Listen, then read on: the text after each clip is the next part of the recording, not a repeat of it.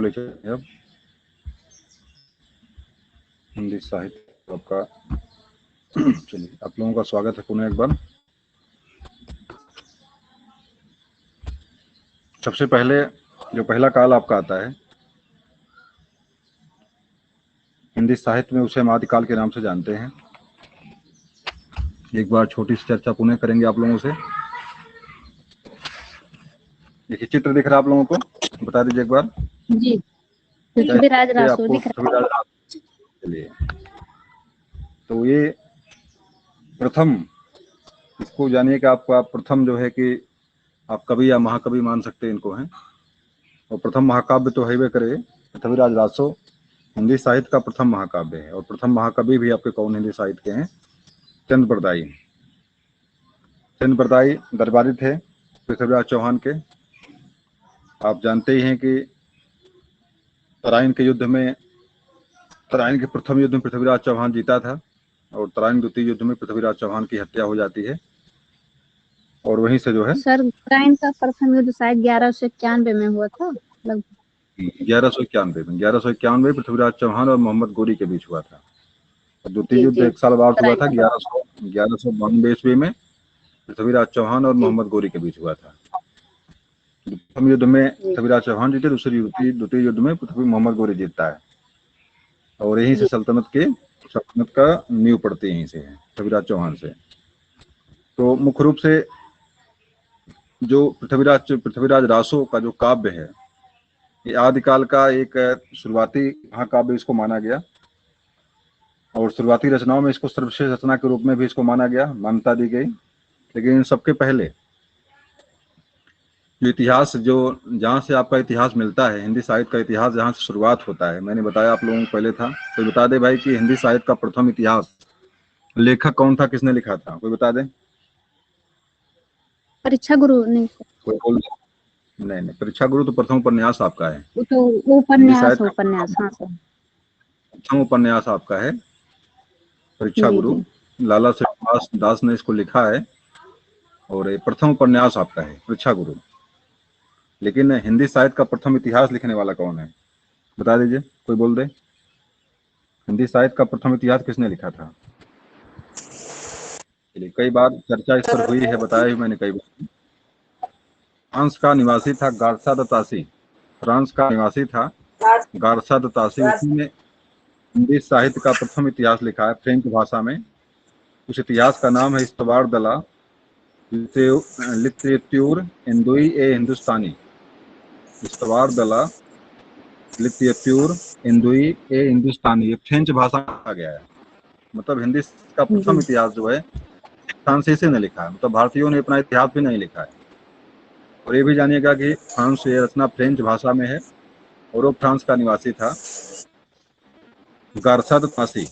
प्रथम बार हमको इतिहास लेखन की परंपरा यहीं से मिलती है। इसके बाद बहुत सारे इतिहास लेखन का काम शुरू हुआ, बहुत सारे इतिहास लिखे गए।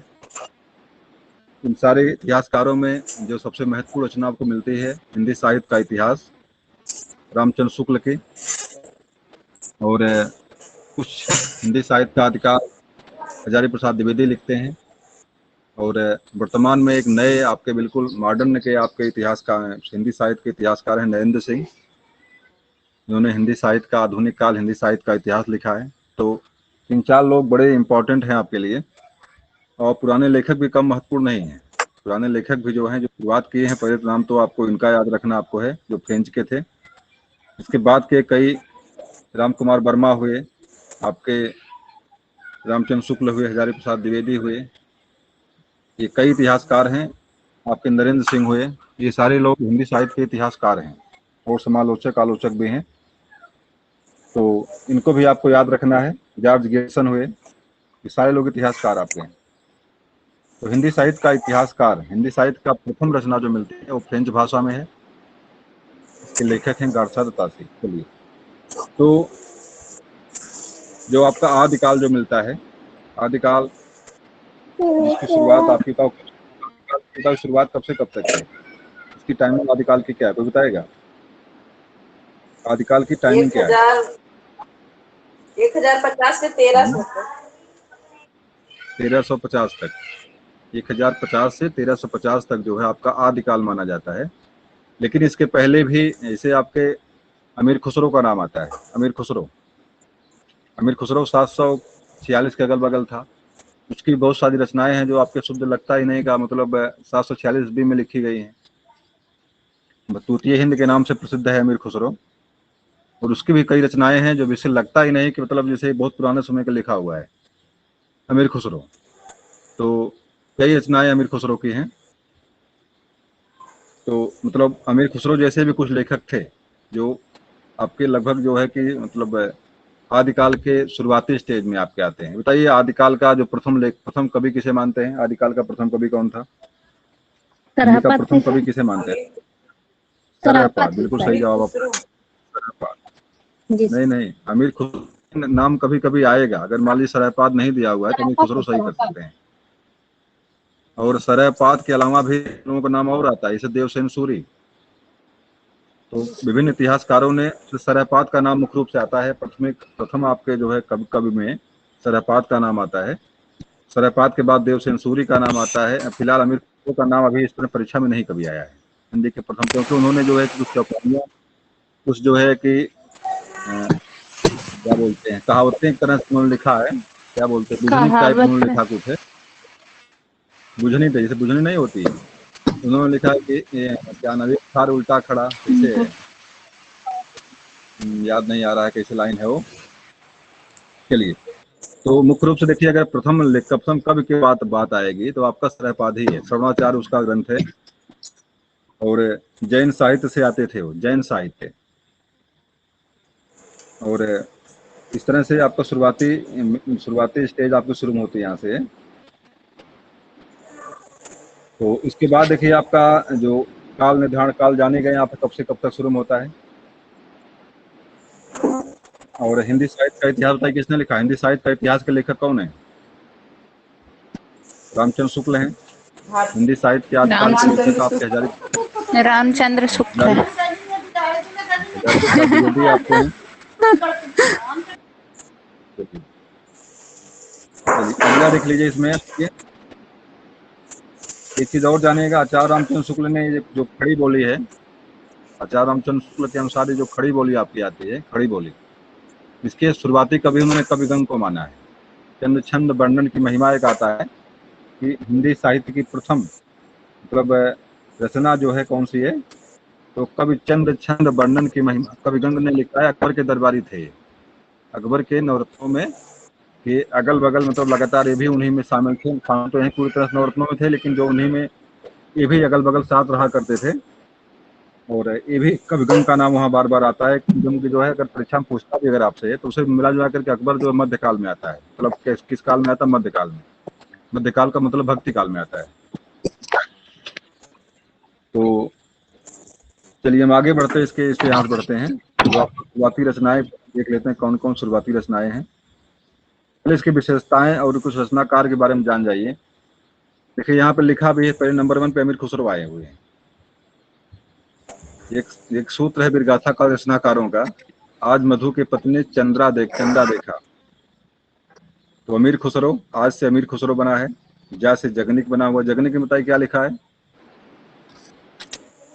परमाल रासो जानते हैं, आलाखंड जो आपका है, आलाखंड जो आपका है। मधु से मधुकर, ए से केदार भट्ट हैं। विद्यापति, विद्यापति का नाम आता है, विद्यापति।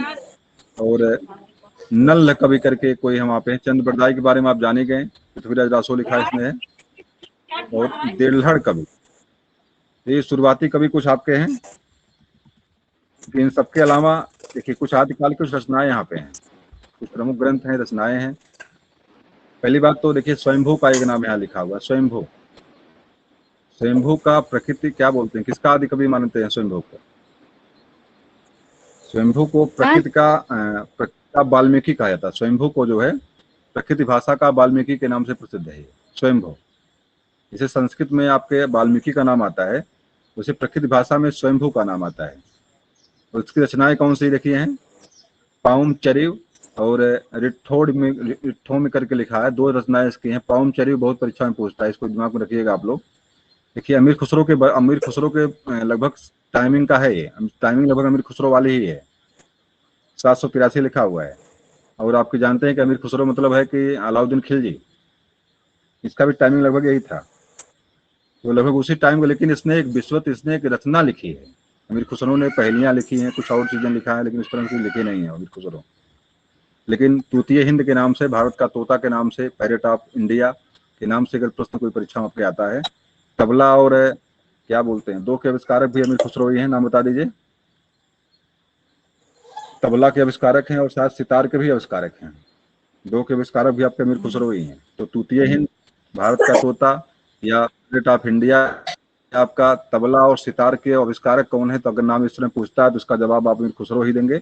एटा के, मध्य प्रदेश में एटा में इनका जन्म हुआ था, अमीर खुसरो का।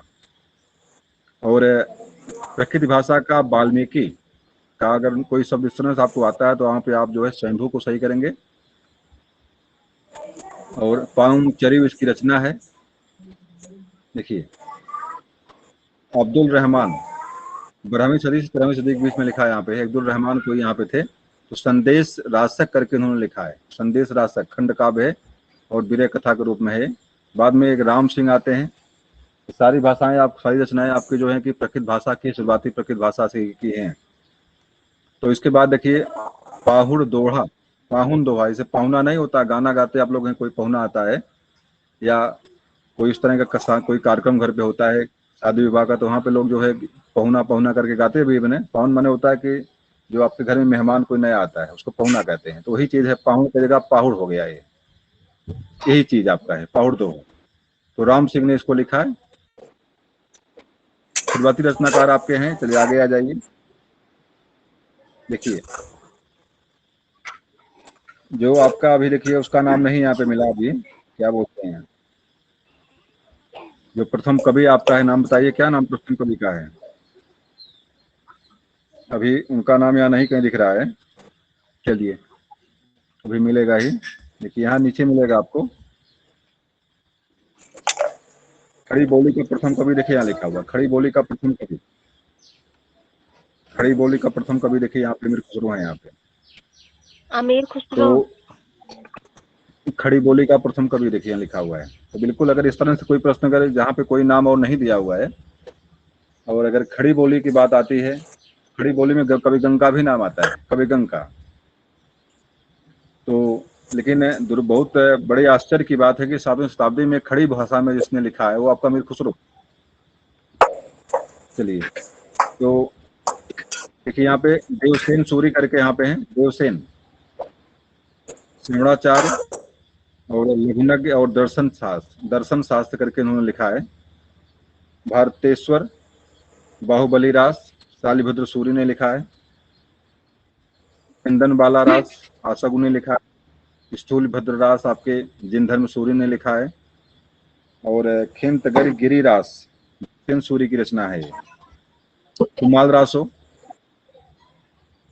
ये इंपॉर्टेंट है, इसको जरूर नोट करिएगा, ये कुमार रासो इंपॉर्टेंट है, दिमाग में रखिएगा इसको, ये परीक्षा में कई बार आई है। ये तो कभी लिखिए। सबसे महत्वपूर्ण आपका इसमें जगनिक वाला पोस्ट होता है, जगनिक का परीक्षा में बार बार दिया हुआ। जगनिक का मतलब है कि जो आपका जो है कि आला रुदल की घटनाएं जो गांव में नहीं गाते लोग, आला कांड गाते हैं, आला रुदल की जो कहानियां सुनाते हैं गांव में आकर के, नट लोग आते हैं और ढोल बजा गाते हैं उसको। तो वो परमाल रासों का एक भाग है आलाखंड, परमाल रासों का ही एक भाग है, जो कि एक तरह से लोक कथा के रूप में प्रचलित पूरी तरह से हो गया है, तो वह कुछ और नहीं है, वास्तव में परमाल रासों का ही एक भाग है। तो पृथ्वीराज रासो देखिए, इसके बारे में कोई समस्या नहीं है, चंद्रबरदाई ने इसको लिखा ही है। छंदों का अजायब घर और हिंदी साहित्य का प्रथम महाकाव्य, हिंदी साहित्य का प्रथम महाकाव्य आपका चंद्रबरदाई का, पृथ्वीराज रासो चंद्रबरदाई ने इसको लिखा है। चंद्रबरदाई पृथ्वीराज चौहान का दरबारी था, हाजिर जवाब था। और जयचंद प्रकाश, जयचंद का नाम आप लोग जानते ही हैं। जयचंद माने संयोगिता, जिसकी शादी पृथ्वीराज चौहान से हुई थी, बाद में उसको अपहरण कर पृथ्वीराज चौहान उसको हरण कर लाया था। और इसी का परिणाम था कि तराइन के द्वितीय युद्ध में जयचंद उसका साथ नहीं देता है। जयचंद जो पृथ्वीराज चौहान साथ हो जाता है, बाद में पृथ्वीराज चौहान वहां से हार जाता है। तो जयचंद प्रकाश, जयचंद आपके वही हैं, भट्ट केदार इसके कवि थे, दरबारी थे, उन्होंने इसको लिखा है, जयचंद की इस रचना को लिखा है। और जय मयंक, जयचंद्रिका मधुकर कवि हैं। देखिए इसमें 2-3 रचनाएं इंपॉर्टेंट आपके लिए हैं जो आपको याद रखना है, जैसे पलमाल रासो हुआ, हमीर रासो हुआ, समणाचार्य कभी कोई पूछता है, इसके लिए एक समणाचार्य जो आपका है देवसेन। रामचंद्र शुक्ल ने शायद इसी को प्रथम कवि माना है, सरहपात को ना मान करके रामचंद्र शुक्ल ने देवसेन सूरी को ही हिंदी का प्रथम कवि माना है। लेकिन आपके क्या नाम उनका है, पंडित राहुल संस्कृतायन ने सरहपात को हिंदी का प्रथम कवि माना है। दोनों में अंतर है, मान्यता मुख्य रूप से मान्यता जिसको भी मानता है सबके सर।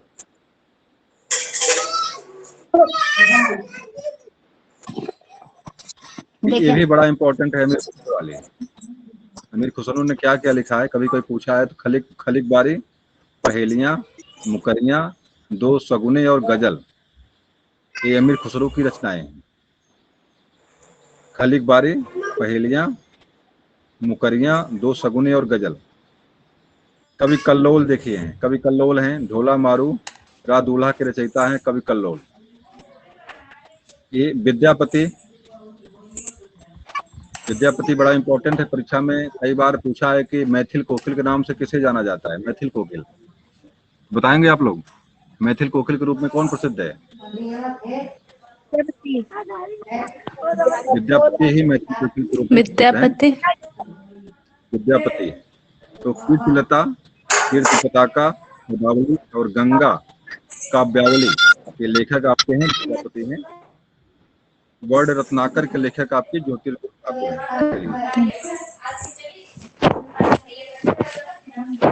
देखिए आदिकाल की गाथा काल के रचनाकार जो यहाँ पे लिखा हुआ है, ये सूत्र है इसका। आज मधु भट्ट ने पति संग चंदा देखा। देखिए एक तरफ से लिखा हुआ है यहाँ पे अमीर खुसरो, जगनीक, मधुकर, केदार भट्ट, मल सिंह, और यहाँ पे जो है चंद्रबरदाई, सारंग, विद्यापति, बलपत और नरियत जो है इस काल के प्रमुख जो है एक है। एक चीज और जानिएगा विशेष रूप से, यहाँ पे आवाज कहीं से आ रही है, विशेष रूप से भाषा को लेकर के प्रश्न मैं पूछता हूँ। आदिकाल की भाषा क्या थी? आपने सुना होगा कि डिंगल और पिंगल, नाम सुना आप लोगों ने डिंगल पिंगल का है? हाँ। डिंगल और पिंगल, डिंगल और डिंगल का मतलब होता है डिंग हाँकने वाली भाषा। मुख्य रूप से डिंगल भाषा, डिंगल का मतलब राजस्थानी मिश्रित थी, और पिंगल भाषा जो थी थोड़ा सा ब्रज भाषा का, उसमें ब्रज भाषा लिए हुई थी, मीठी भाषा थी। पिंगल जो है, डिंगल पिंगल उसे दोनों नॉर्मली एक ही मानी जाती है। कहीं से पंखा चल रहा लग रहा है, कहीं से पंखा चल रहा है, पंखा बंद कर लीजिए अपना। डिंगल और पिंगल,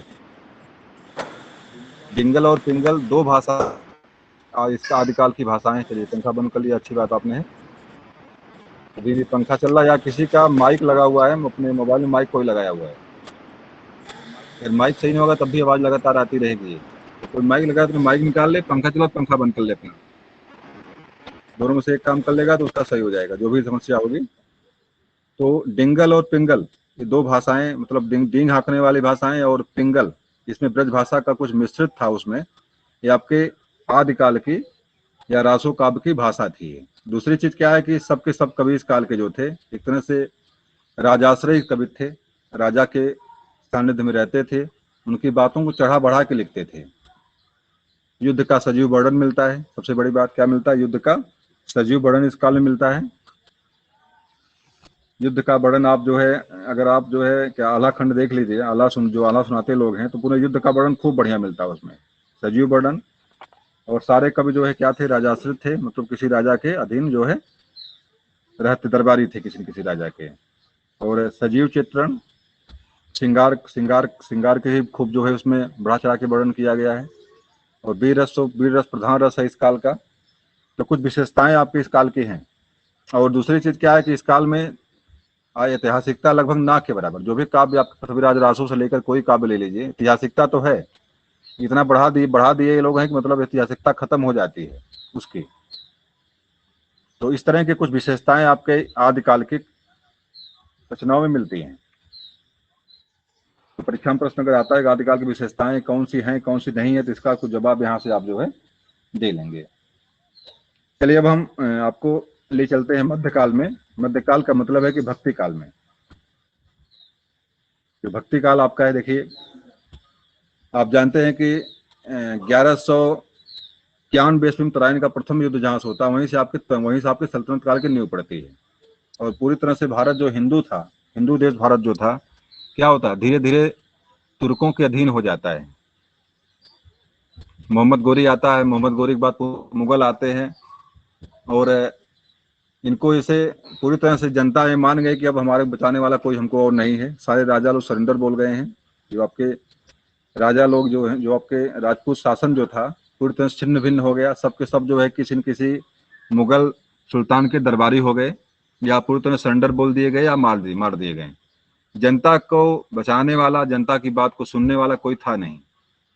परिणाम क्या हुआ, सबका मुख जो सबका मार्गांतरीकरण हुआ। सभी लोगों ने कहा भगवान ही एक सहारा है, मेरे राम और कृष्ण जो भी लोग जिनके इष्ट देवता थे उन्हीं के शरण में लोग जाते हैं, उन्हीं पूजा पाठ करते हैं, भाई यही बचा सकते हैं और किसी के बस में है नहीं। तो इस काल में जो मार्गांतरीकरण होता है, जो मुख्य रूप से जो धर्म की तरफ लोग बढ़ते हैं, तो यही चीज था यहाँ से। तो भक्ति काल, एक चीज और जानिएगा, भक्ति काल को स्वर्ण काल के नाम से भी जानते हैं। हिंदी साहित्य का यह स्वर्ण काल है भक्ति काल आपका। तो भक्ति काल को स्वर्ण काल के भी नाम से जानते हैं, क्योंकि इसमें साहित्य जो बड़ा समृद्ध देश का है। इसका साहित्य क्या है, भक्ति काल का साहित्य बहुत समृद्ध है।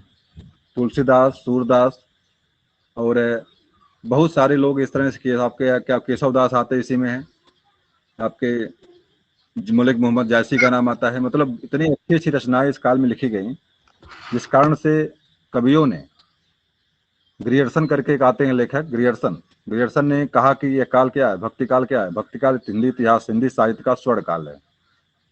तो लाइन किसकी है, ग्रियर्सन की लाइन है ये।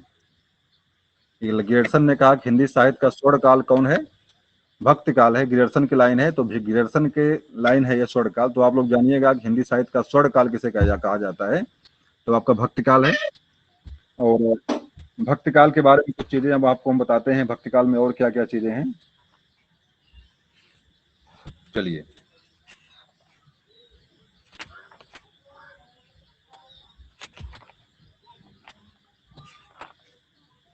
तो यहाँ देखिए, हाँ एक चीज और इस काल में होता है, इस काल में बहुत सारे आंदोलन भी चलते हैं, धर्म सुधार को लेकर के, बाकी चीजों को लेकर के। जैसे आपका देखेंगे यहाँ पे, देखिए गुरु नानक हैं ये कौन है भाई, कोई बताएगा भाई कौन है ये कौन है? शायद कबीरदास तो नहीं है, नहीं सर। कौन हो सकते हैं, ये कौन है? ये तुलसीदास हैं।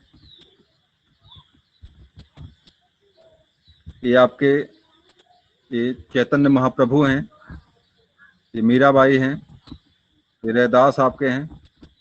ये सभी लोगों ने क्या किया इस काल में? इस काल की विशेषता एक है धर्म सुधार को लेकर के बहुत सारे हिंदू मुस्लिम, क्योंकि लगभग यानी कि 1191 ईस्वी में एंट्री मारे हैं और 1300 वर्ष बीत गए थे। मतलब 1300 नहीं, लगभग 300 साल तक, 200 साल तक ये लोग साथ साथ रहे। तो हिंदू मुस्लिम में इतना से रह ही नहीं गया कि बाहरी हैं कि भीतरी हैं। 200 साल बहुत लंबा समय होता है। तो हिंदू मुस्लिम साथ साथ आ जाते हैं, तो मन, उनके हिंदुओं के मन में जो ये था कि मतलब मलेच्छ हैं, ये लोग राक्षस हैं, उनके मन से भाव निकलने लगे। धीरे धीरे जो मुस्लिमों की सभ्यता, हिंदुओं की सभ्यता पास पास आने लगी। तो बहुत सारे इसमें अगुवा बन के आते, इन्होंने कहा सुधार के रूप में, मतलब हिंदू मुस्लिम को एक मानिए, एक साथ रहिए, सारी चीजें एक हैं, कोई अंतर नहीं है। मतलब धीरे धीरे सारी चीजें जो है लोग मानने लगते हैं, और एक तरह से धर्म सुधार वाला कार्यक्रम भी यहीं से शुरुआत होता है। सुधार के अगर इसमें बात करेंगे तो कबीर का नाम विशेष रूप से इसमें आता है। कबीर का नाम हिंदू मुस्लिम को लेकर उन्होंने बहुत कुछ लिखा है, बहुत सारे सुधारवात्मक बातें उन्होंने लिखा है हिंदू मुस्लिम को लेकर के, कबीरदास ने। तो और देखिए, सिख संप्रदाय के जनक, जो सिख धर्म जो लागू होता है पंजाब के बाकी क्षेत्रों में, अगल बगल के क्षेत्रों में, ये आपके गुरु नानक हैं। गुरु नानक बारे में जानिएगा कि एक बार अपने अनुयायियों के साथ आ रहे थे, बाबर इनको पकड़ लेता, बाबर इनको कहता भैया इतनी सेना के साथ कौन आ रहा है आक्रमण करने के लिए, रात में बंदी बना लेता है इनको। बाद में जब जानता है कि नहीं ये तो कोई पुजारी है, कोई मतलब घूमने वाले लोग, साधु संत लोग, तब छोड़ता है इनको जाकर के। इनके साथ नहीं, इतने ज्यादा मतलब 100-200 लोग साथ चलते थे इनके, गुरु नानक के साथ। और इसी को देख करके उसको लगा कि तो लग रहा कोई जो है तो आतंकवादी तो नहीं कहीं है, मतलब हमको मारने के लिए कोई नहीं आ रहे हैं। इस तरह से मतलब इनके साथ हुआ। जानते हैं आप मीराबाई के बारे में, आप जानते ही हैं। मीराबाई क्या थी आपकी? मीराबाई रैदास जो आपके बैठे हुए यहाँ पे, रैदास जो आपके, इन्हीं की शिष्या थी ये, इन्हीं की मुख्य रूप से आपके राजस्थान से थी ये। इनके पति मर जाते हैं, बाद में जो है इन्होंने कृष्ण भक्ति की ओर लग जाती हैं और उनको अपना पति मानती हैं। बाद में बहुत सारे गीत गौनही इन्होंने लिखा यहाँ से। तुलसीदास के बारे में जानते ही हैं। तुलसीदास के बारे में कुछ छिपा नहीं है। क्या बोलते हैं जो भक्ति, ये देखिए आपके, हमें लग रहा है कि सूरदास हैं ये सूरदास हैं, ये कोई और नहीं, सूरदास हैं ये आपके तुलसीदास हैं। तो कृष्ण भक्ति जो आपकी चली थी, चलिए मैं इसको पहले संप्रदाय के बारे में बात कर लेता हूँ, तभी ज्यादा समझ आपके आएगा।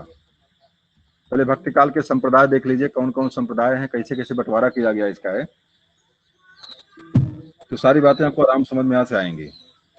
देखिए भक्ति काल टाइमिंग बताए कोई भाई, टाइमिंग क्या है इसकी? भक्ति काल की टाइमिंग बता दे कोई, इसकी टाइमिंग क्या है, कब से कब तक भक्ति काल माना गया है? 1375 से लेकर कब तक भक्ति काल है आपका? 1700 तक आपका भक्ति काल है। और भक्ति काल को देखिए पहले दो भागों में बांटा गया। पहले ये निर्गुण और आपका सगुण, दो भागों में बढ़ता है। निर्गुण का मतलब है जो ईश्वर को निराकार मानते हैं, ईश्वर को गुणहीन मानते हैं, मतलब दृश्य ईश्वर को जो महत्व नहीं देते हैं, उसको निर्गुण कहा गया। और जो सगुण, जो कि मूर्ति पूजक थे, मुख्य रूप से मूर्ति पूजक थे, और सगुण ईश्वर राम और कृष्ण को उन्होंने अपना स्वामी माना या उनके अधीन उन्होंने भक्ति की, वे आपके सगुण में कहे गए। खास करके निर्गुण में सूफी काव्य जो था, वो जो है सूफी काव्य निर्गुण विचारधारा लेकर यहाँ पे आता है। और सगुण में आपके सगुण में आपके राम भक्ति और क्या बोलते हैं, कृष्ण भक्ति वाले थे यहाँ पे सगुण में, जो राम और कृष्ण को अपना जो इष्ट मानते थे, पूजा पाठ भी करते थे। और निर्गुण में इसमें कुछ प्रेम मार्गी थे, कुछ जो ज्ञान मार्गी थे। इसी तरह से आपके सगुण में राम भक्ति वाले और कृष्ण भक्ति वाले दो शाखाएं यहाँ बनती है। और निर्गुण में, सगुण में तो कन्फर्म बिल्कुल है, दो देवता थे मुख्य रूप से उसमें भारत के, राम और कृष्ण, तो दो शाखाएं सगुण की बन जाती हैं। और निर्गुण की जो दो शाखाएं बनती हैं, जो अदृश्य देवता को मानते हैं, इसमें दो शाखाएं थोड़ा सा ये समझने वाली चीज निर्गुण को लेकर के है, जो भी ईश्वर है ही नहीं, तो ये प्रेमाश्रयी और ज्ञानाश्रयी कैसे बन गई? देखिए सबसे विशेष चीज क्या है, ये ज्ञानाश्रयी शाखा जो थी आपकी, इसके प्रतिनिधि कवि कौन बताइए हैं? बताइए इसके प्रतिनिधि कवि कौन है ज्ञानाश्रयी के? कोई बता दे यहाँ से, ये परीक्षा में पूछा कई बार गया है। ज्ञानाश्रयी शाखा के प्रतिनिधि कवि कौन है? कबीरदास। कबीरदास, बिल्कुल सही जवाब आपका है। और प्रेमाश्रयी बता दीजिए कौन है? प्रेमाश्रयी कौन है? जायसी, मलिक मोहम्मद जायसी। मलिक मोहम्मद जायसी। चलिए, मलिक मोहम्मद जायसी। तो ज्ञानाश्रयी के आपके कबीरदास आते हैं, प्रेमाश्रयी के आपके जो है आपके मलिक मोहम्मद जायसी आते हैं। और सगुण में आपके राम भक्ति में सबसे प्रतिनिधि कवि कौन बताइए? राम भक्ति प्रतिनिधि कवि कौन है? तुलसीदास है। और कृष्ण भक्ति के कौन बताइए हैं? सूरदास। कृष्ण भक्ति सूरदास है। इसके प्रतिनिधि कवि इसके हैं, इसके प्रतिनिधि कवि। तो देखिए परीक्षा में कभी कोई पूछा है कि ज्ञानाश्रयी और प्रेमाश्रयी भक्ति काल के कौन सी शाखा थी, तो इसको पता रहेगा आपको, तो साफ साफ आप निर्गुण धारा का जवाब देंगे यहाँ पे आप। और अगर कह देगा कि राम भक्ति और कृष्ण भक्ति शाखा किसकी, इसका जवाब आप क्या देंगे? आप सगुण देंगे। हैं तो सभी भक्ति काल में ही आते हैं। देखिए यहाँ पे कुछ कवियों के नाम दिया हुआ है, कौन कौन से कवि। पुनः किसी पंखा चालू हो गया है, ये पंखा बंद था, ये पंखा पुनः चालू हो गया है, थोड़ा सा ध्यान देखा करिए आप लोग, पंखा बंद कर लिया करिए अपना, बिल्कुल पंखा बंद रखिए ताकि और लोग डिस्टर्ब ना करे आपकी आवाज। तो ज्ञानाश्रयी शाखा में देखिए संत कवि जो आपके हैं, ज्ञानाश्रयी के सारे कवि आपके संत कवियों में आते हैं। देखिए इसमें नामदेव लिया हुआ है, कबीरदास, रैदास, गुरु नानक देव, संत दादू दयाल और संत सुंदर दास। मुख्य रूप से यहाँ पे परीक्षा में जो प्रश्न आपके पूछता है कबीरदास को लेकर के और रैदास को लेकर के पूछता है, और आपके एक है यहाँ पे गुरु नानक देव, तीनों को लेकर प्रश्न यहाँ से बार बार आते हैं। इनके बारे में विशेष रूप से आपको पढ़ना है। और इसी में एक मलुक दास भी हैं, मलुक दास, इनकी एक लाइन बहुत देता है परीक्षा में, अजगर करें चाकरी पंछी करें काम, दास मलुका कह गए सबके दाता राम। बार बार वो लाइन देकर पूछता किसने लिखा इसको है। तुम्हें पंखा चालू हो गया है भाई पंखा बंद करे, पंखा दूर चले जाइए, दो काम कर लीजिए आप, या तो पंखा बंद कर लें या हमारा माइक बंद कर लें या पंखे से दूर चले जाएं। अजीब के यहाँ होगा या तो देवी के यहाँ। हमारे यहाँ अजीब फैन पंखा नहीं चल चला रहा गया, है। नहीं, फैन ऑन कर माइक दिए लगाए, हैं। माइक लगाए हुए हैं क्या आप? नहीं कुछ नहीं लगाया। तो आवाज किसके यहाँ बराबर आवाज स्क्रीन पे दिख रही होगी, किसके यहाँ आवाज दिखाई पड़ेगी बराबर उसकी क्या उसकी उसी का जो माइक उसमें माइक अजीत तो दिखा रहा है उसमें। चलिए, गुरु नानक देव तो दादू दयाल और सुंदर दास है आपके ज्ञानाश्रय में आप आते हैं। मुख्य रूप से कबीरदास का नाम बराबर देता है। कबीरदास का नाम इसमें 3 रचनाएं की हैं, साखी शबद और रमैनी, साखी शबद और रमैनी। ये परीक्षा में पूछता है कि ये किसकी है, तो आप जानिएगा कि ये किसकी, कबीरदास की। इसका संकलन किसने किया है? धर्मदास ने किया हुआ है। कबीरदास ने साफ साफ लिखा हुआ है कि मत्स्य कागज छुओ नहीं, कलम गहो नहीं हाथ। इसका मतलब ये है कबीरदास ने कभी भी कलम से कोई चीज लिखा नहीं। तो भाई लिखा किसने इसको? कबीरदास अपने वचनों में प्रवचनों में जो कुछ बोल गए उसको संकलन करने वाले कौन? धर्मदास थे। कबीरदास पढ़े लिखे नहीं थे, घुमक्कड़ थे। इनके बारे में जो कि विशेष रूप से पूछता है वो लाइनें इनकी रूप से, इसमें एक हजारी प्रसाद द्विवेदी और रामचंद्र शुक्ल का नाम बराबर पूछता है कि भाषा को लेकर के, यहाँ से लेकर के पंचमेल बताओ खिचड़ी किसने कहा इनको है? इनकी भाषा को पंचमेल खिचड़ी किसने कहा है? कबीरदास की भाषा को तो बता दीजिए, तुरंत जवाब इसका आना चाहिए, लेट नहीं। पंचमेल खिचड़ी किसने कहा? हंसी में बीच में श्याम सुंदर दास नहीं है भाई यहाँ पे, रामचंद्र शुक्ल। पंचमेल खिचड़ी और सदगुरु भाषा कहा इनको है। और हजारी प्रसाद द्विवेदी ने इन्हें भाषा का तानाशाह कहा है। दो चीजें विशेष रूप से आपको यहाँ से भाषा को लेकर गौर करेंगे। और आप जानते हैं कि कबीरदास कहाँ के थे? कबीरदास का जन्म संत कबीर नगर में हुआ है, आपके बस्ती के बगल, बस्ती गोरखपुर के बीच में लगभग सार पड़ता है ये। और मरे मगहर में जाकर के थे। कहाँ मरे थे? मगहर में। बनारस में, बनारस में जन्म इनका हुआ है, तो बनारस में इनका हुआ है, मरे मगहर में मरे मगहर में थे, जन्म इनका बनारस में हुआ है। नीरू लोग ऐसी मानता है कि एक ब्राह्मणी के गर्भ से, जो कि कुंवारी थी, उसको गर्भ धारण हो जाता है और लोक लज्जा के भय से जो कि पोखरे किनारे जाकर के इनको फेंकती है। और बाद में नीरू और नीमा जो जुलाहे दंपति थे इनको उठा कर ले आते हैं, पालन पोषण करते हैं। और इनकी शादी किससे होती है? किसे पता है शादी किससे इनकी होती है? कबीरदास की बताएगा? कबीरदास की शादी किससे हुई थी?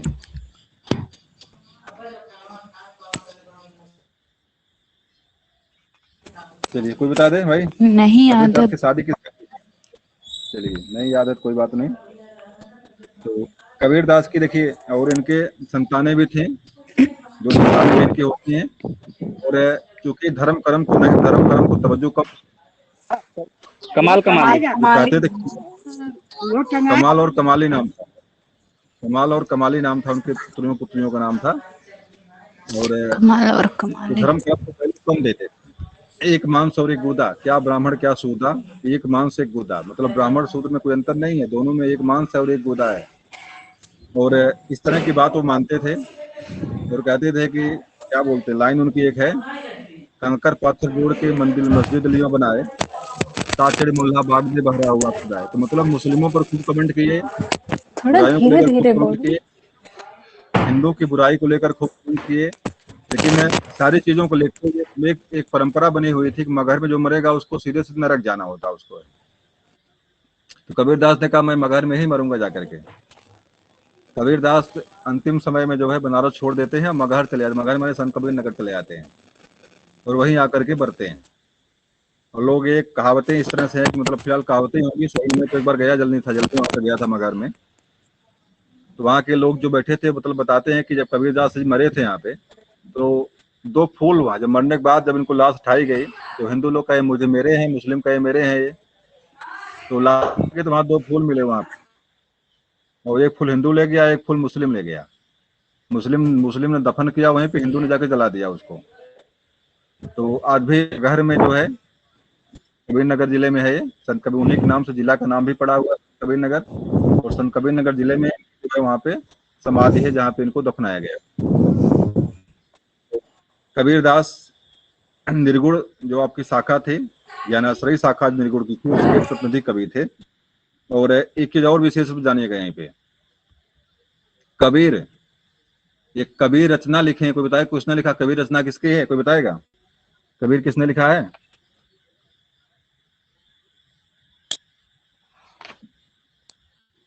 हजारी प्रसाद द्विवेदी ने कबीर लिखा है। हजारी प्रसाद द्विवेदी की एक रचना है कबीर, और ये परीक्षा में कई बार पूछा गया है कबीर किसकी रचना है, तो रचना किसकी है? हजारी प्रसाद द्विवेदी की है।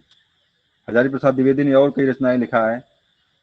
इनके अलावा जैसे कुटज है आपका, अशोक के फूल हैं, हिंदी का आदिकाल है, सारी रचना हजारी प्रसाद द्विवेदी की हैं।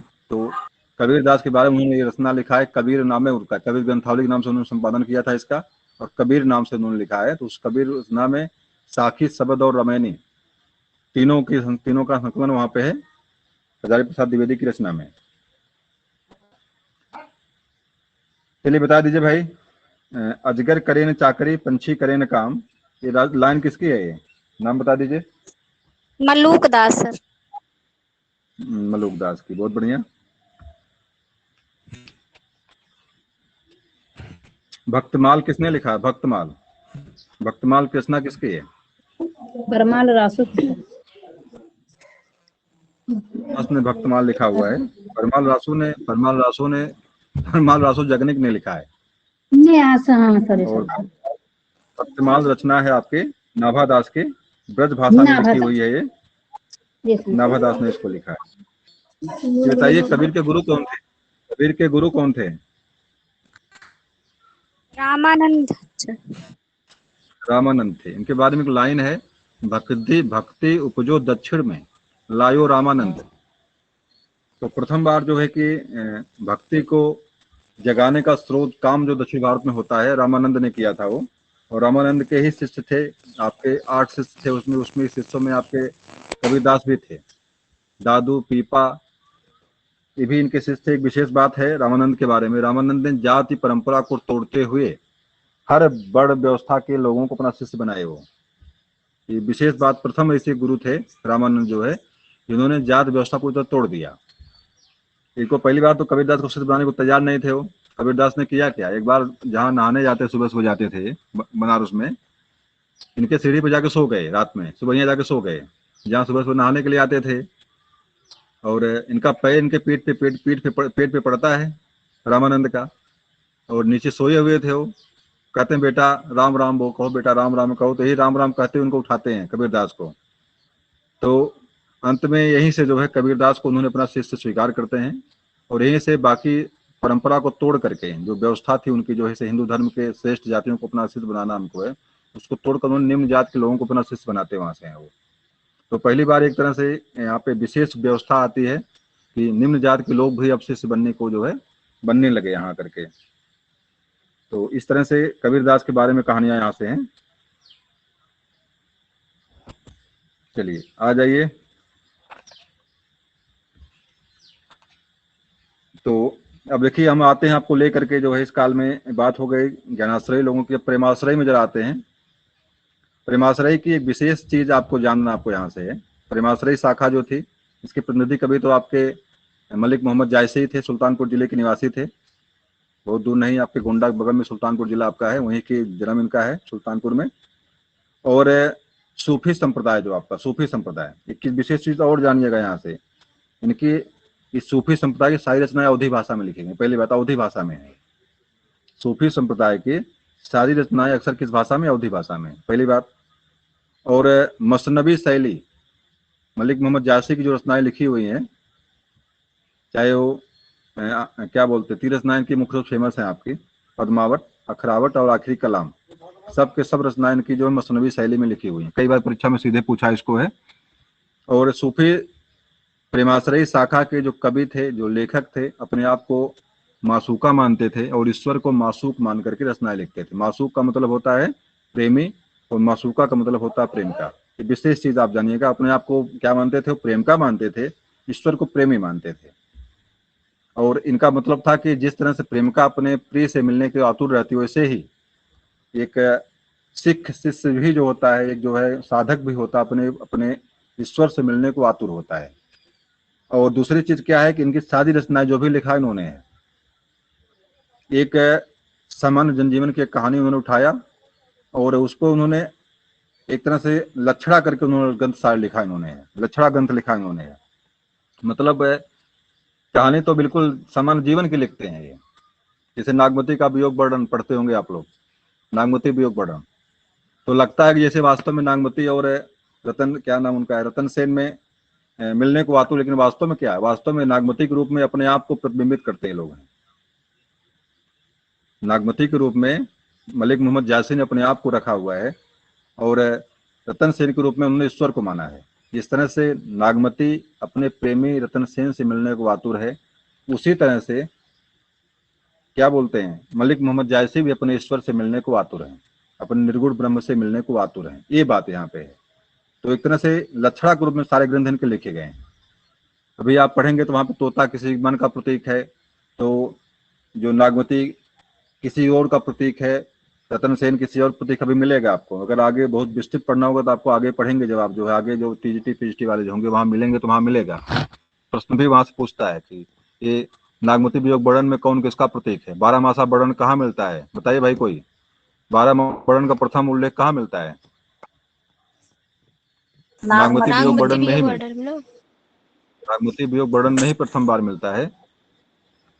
तो इस तरह से कुछ रचनाएं आपको 3-4 चीजें आप खास कर गौर करेंगे। भाषा यहाँ की अवधि, मासूक और मासूका, प्रेमी और प्रेमिका वाली बात जो आती है ये खास करके, और मसनवी शैली को लेकर परीक्षा में कई बार प्रश्न यहाँ से पूछा हुआ है।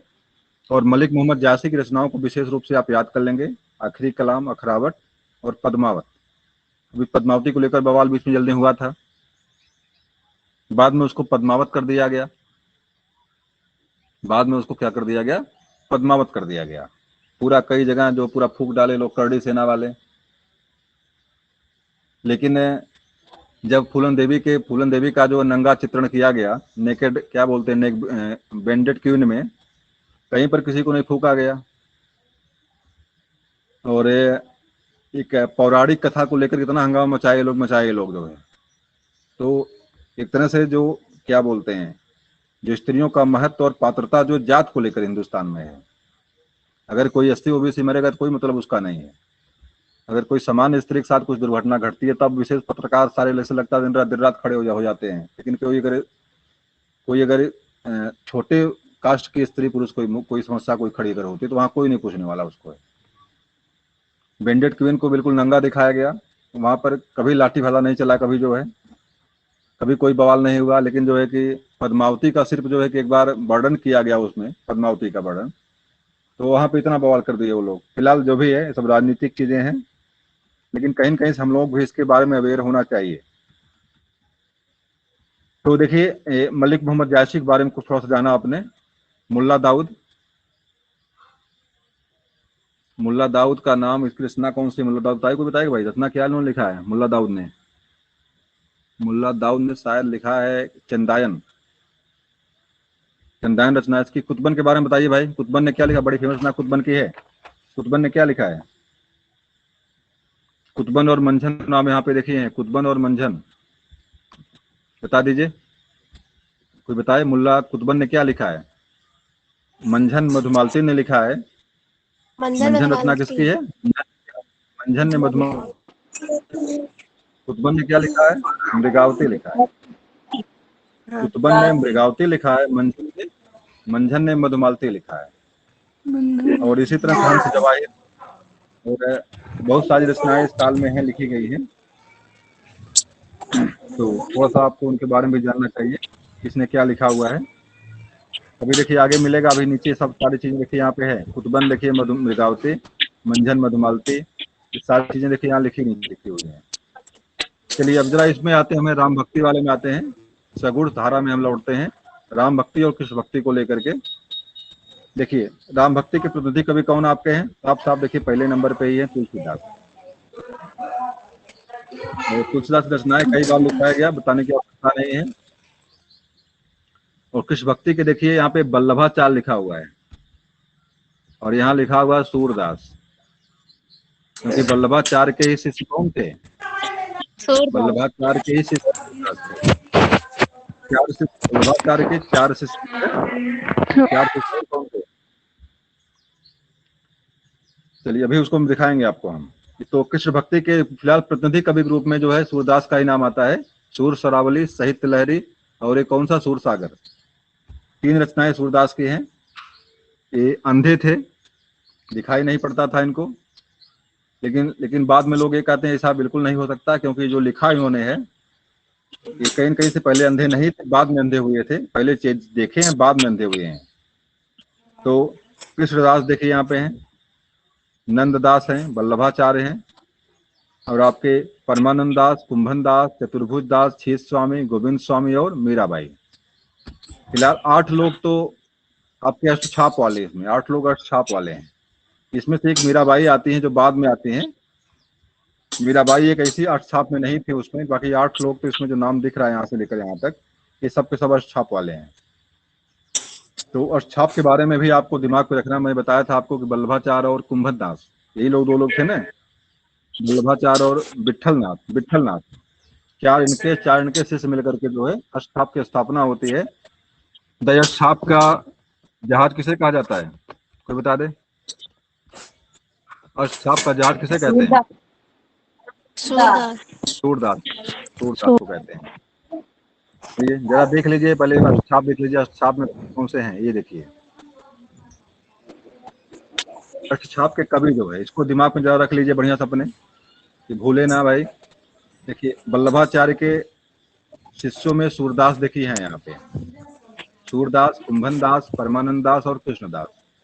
ये सब के सब दास लिखे, अंत में क्या लिखे हुए हैं? दास। यहाँ देखिए स्वामी लगा हुआ है, मात्र एक लोगों में दास लगा यहाँ पे केवल है। विशेष बात आप गौर करेंगे आप एक चीज को, तो जहां दास लगा हो वहां पे क्या है? तो वल्लभाचार्य के शिष्य हैं। और जहां स्वामी लगा हो वो कौन है? विट्ठलनाथ के शिष्य हैं। मात्र एक नंददास ऐसे हैं जो इसमें जिनके साथ दास लगा हुआ है। इन चीजों को गौर करके आप जो है अगर शिष्य को पकड़ेंगे, मतलब सूरदास के साथ जो भी शिष्य हैं, नंद बाबा भाई, नंद तो कृष्ण भगवान के पिता थे, क्यों भाई? पिता तो नहीं थे उनके, यशोदा के पति थे वो, लेकिन चूंकि पालन पोषण वही किए थे उनका, तो नंद बाबा था ना भाई। नंद बाबा सूरदास के साथ कैसे रह सकते हैं? नंद तो कृष्ण के पिता थे। स्वामी लोगों की श्रेणी में आते हैं, थोड़ा सा यहाँ जोड़ लेंगे तो स्वामी वाले श्रेणी में पिताजी उनके आ जाएंगे, कृष्ण के पिताजी आ जाएंगे, तो इसमें आ जाएंगे, स्वामी वाले श्रेणी में आ जाएंगे। और बाकी दास परंपरा में जो थी, दास वाले जो आपके हैं, सबके सब किसमें? आपके वल्लभाचार्य के शिष्यों में है। और वल्लभाचार्य जो किसके गुरु, किसके पिता थे? वल्लभाचार्य जो है विट्ठलनाथ के पिता थे। और दोनों मिलकर के, दोनों इकट्ठा होकर के जो क्या करते हैं? अष्टछाप की स्थापना करते हैं। तो सूरदास, कुंभन दास, परमानंद दास और कृष्णदास जो है वल्लभाचार्य के शिष्य थे। और वल्लभाचार्य के पुत्र थे विट्ठलनाथ, छीत स्वामी, गोविंद स्वामी, चतुर्भुज स्वामी और आपके नंददास। ये जो है विट्ठलनाथ के शिष्य थे और विट्ठलनाथ ने ही अष्टछाप की स्थापना की थी। भी जानिएगा आप लोग, वल्लभाचार्य ने अष्टछाप की स्थापना नहीं किया था, मात्र विट्ठलनाथ ने ही क्या किया है? विट्ठलनाथ ने ही जो अष्टछाप की स्थापना भी किया। ये भी दिमाग में आपने रखिएगा आप जो है। इसके संस्थापक कौन इसके? विठलनाथ। वल्लभाचार्य के शिष्य थे। चलिए हम पुनः आपको ले चलते हैं ऊपर वाली लाइन में।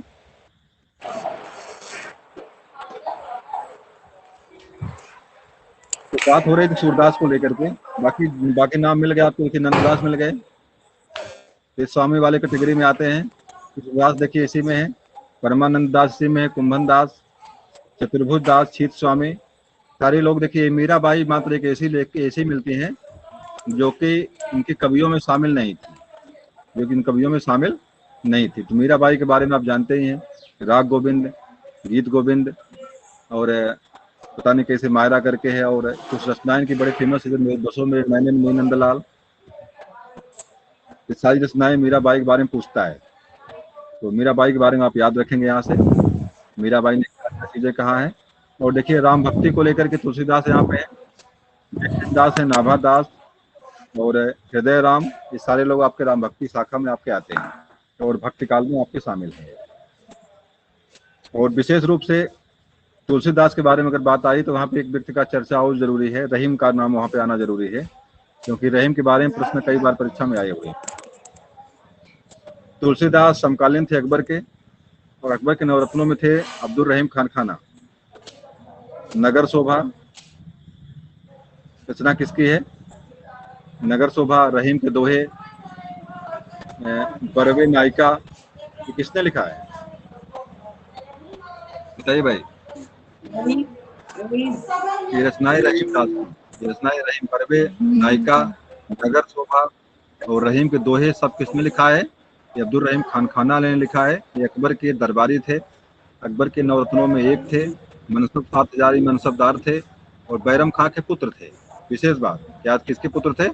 बैरम खां के पुत्र थे। बैरम खान ने अकबर को गद्दी पर बैठाया था, बैरम खान ने अकबर को गद्दी पर बैठाया था। चलिए अब हम लौटते आपको जरा कवियों में, रचनाओं में आ जाइए एक बार, ध्यान एक बार उससे ससुरी निगाह से देख लीजिए किसने क्या लिखा हुआ है। देखिए साफ साफ कबीरदास के बारे में, बाड़ी, बीजक, साखी और शबद। साखी, शबद, रमैनी जो शब्द आता आपका है, ये आपके कबीरदास हैं। वास्तव में इसका संकलन करता आपके धर्मदास हैं।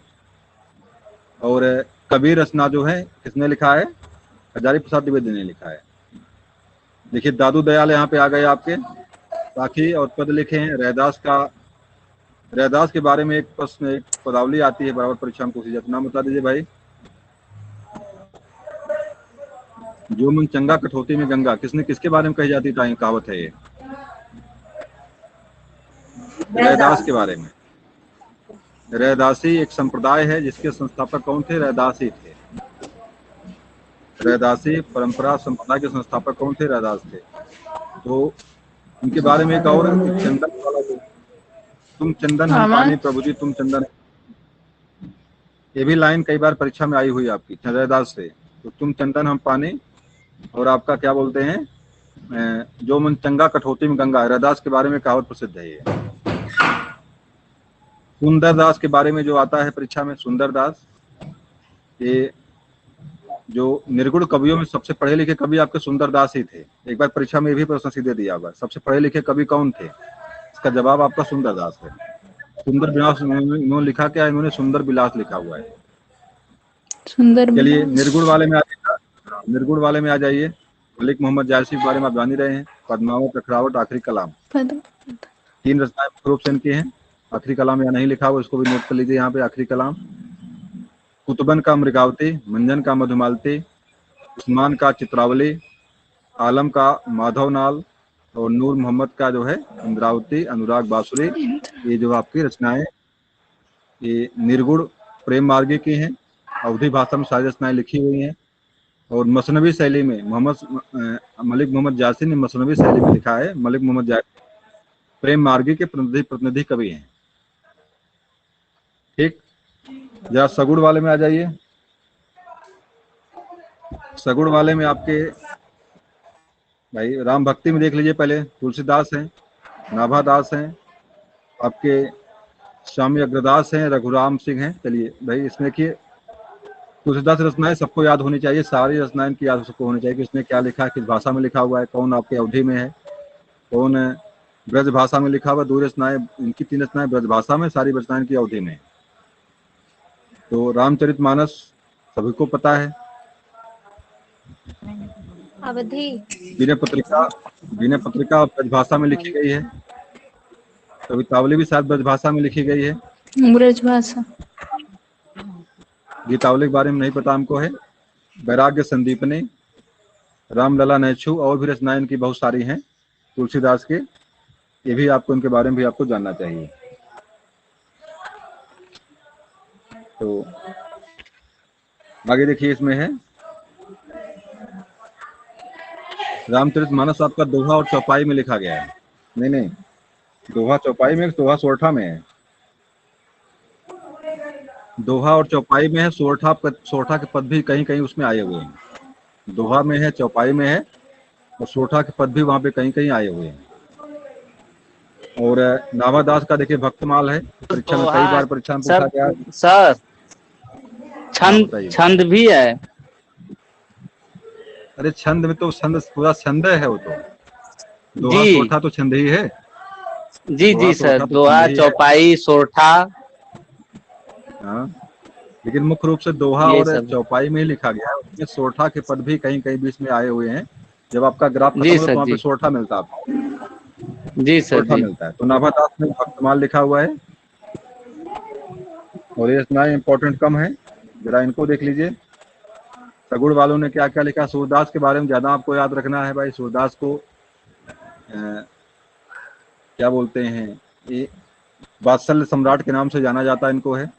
वात्सल्य सम्राट, अष्ट छाप का जहाज, और कृष्ण भक्त शाखा के प्रतिनिधि कवि, सूर सागर, सूर सरावली, साहित्य लहरी, इनकी रचनाएं हैं। नंददास ने पंचाध्यायी लिखा है भाई। अष्टाध्यायी तो अष्टाध्यायी किसने लिखा है? तो अष्टाध्यायी किसने लिखा है? पाणिनि ने लिखा। बताइए पंचाध्यायी में समास कौन सा होगा? पंचाध्यायी में समास कौन सा होगा? द्विगु समास। द्विगु समास। द्विगु समास होगा, बिल्कुल सही है। 5 अध्याय कृष्णदास हैं, बिल्कुल। कृष्णदास हैं, भ्रमर गीत है, प्रेम तत्व। कुंभन दास पद लिखे हैं। ध्रुव चरित्र एक परीक्षा में परीक्षा में कहा 2 बार आया। ध्रुव चरित्र आया, दान लीला और ध्रुव चरित्र परीक्षा में आया हुआ है। तो आप परमानंद दास इसको याद कर लेंगे। नरोत्तम दास का आधुनिक कवि है ये। सुदामा चरित्र लिखा इन्होंने है। रहीम के बारे में आप जान ही रहे हैं, बताया मैंने आपको भी। रहीम दास ने दोहाई और सतसई, देखिए सतसई भी लिखे हैं। सतसई 3 लोगों ने, वृद्ध काल में 3 लोगों ने लिखा हुआ है। जो मिलेगा आगे बताएंगे आप। तीनों ने जो है सतसई लिखा हुआ है। तो सतसई, रहीम ने भी सतसई लिखा हुआ है। तो सतसई में कौन समास होगा? सतसई में समास कौन सा है? यहाँ भी द्विगु समास। अच्छा ये बताइए, बिहारी के सतसई में कितने दोहे हैं? 700। 13 दोहे या 719 दोनों मिलता है। 713 या 719। परीक्षा में इस तरह से प्रश्न देगा आपको, 700 नहीं देगा। 713 या 719 दोनों याद रखिएगा। जहां जैसा मिलेगा वैसे जवाब दीजिएगा। रसखान ने प्रेम वाटिका लिखा है। रसखान व्यवस्थित जात के मुसलमान थे। बाद में जो है कि कृष्ण भक्ति शाखा में चले जाते हैं और जो रसखान के नाम से कविता लिखते हैं। मीराबाई की रचनाएं देखिए, कुछ याद कर लीजिए यहाँ से। नरसी का मायरा, गीत गोविंद और गीत गोविंद टीका और पद, इनकी रचनाएं आपकी मीराबाई की हैं। चलिए, ये इम्पोर्टेंट नहीं है, सॉरी, सबके बारे में चर्चा हो गई है। आगे बढ़ते हैं हमें।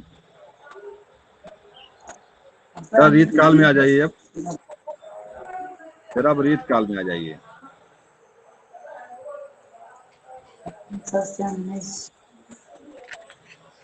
अच्छा बताइए, रीत काल का नामकरण किसने किया है? रीत काल का नामकरण किसने किया है?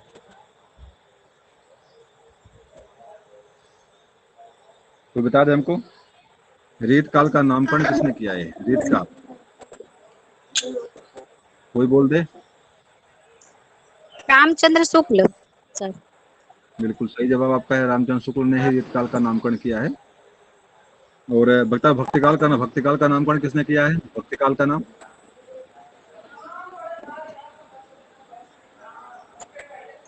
भक्तिकाल के नामकरण करता है।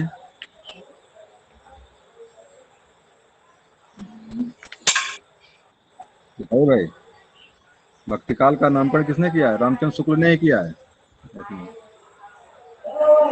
और वीर गाथा का नामकरण बताओ किसने किया? वीर गाथा काल का नामकरण किसने किया है? ये भी काल जो है वो भी आपके रामचंद्र शुक्ल ने ही किया है। और गद्य काल जो आधुनिक काल का नाम जो गद्य काल आपका, ये भी इसका भी नामकरण आपके रामचंद्र शुक्ल ने ही किया। तो वीरगाथा काल, आदिकाल को वीरगाथा काल नामकरण, मध्यकाल का भक्तिकाल नाम, और इसका काल नाम, और उसका अंतिम में गद्य काल नाम। इस पर नामकरण करने वाले कौन थे? आपके रामचंद्र शुक्ल ने ही इसका नामकरण किया है। और देखिए, इसको रीत काल का जो नामकरण है, इसको अलंकृत काल, श्रृंगार काल, अलंकार काल और कला काल, 4-5 नामों से जानते हैं इसको हम लोग हैं। और इसके लिए भी पता है किसने क्या नामकरण किया है। कुछ लोग विशेष लेखक इन्होंने कुछ इसको नामकरण कुछ और किया है, तो किसने क्या नाम किसका किया जरा उसके बारे में बताए। कोई बताएगा भाई? इसका अलंकृत काल नामकरण किसने किया है? कोई बताएगा भाई? देखिए, मिश्र बंधु करके कहते हैं, मिश्र बंधु ने रीत काल को अलंकृत काल को, क्योंकि इस काल में छंदों, दोहों और काव्य को सजाने की खूब प्रबंध किया इस काल में किया गया, इसलिए इस काल का नाम क्या रख दिया गया? अलंकृत काल रखा गया। मिश्र बंधुओं ने इसका नाम अलंकृत काल रखा।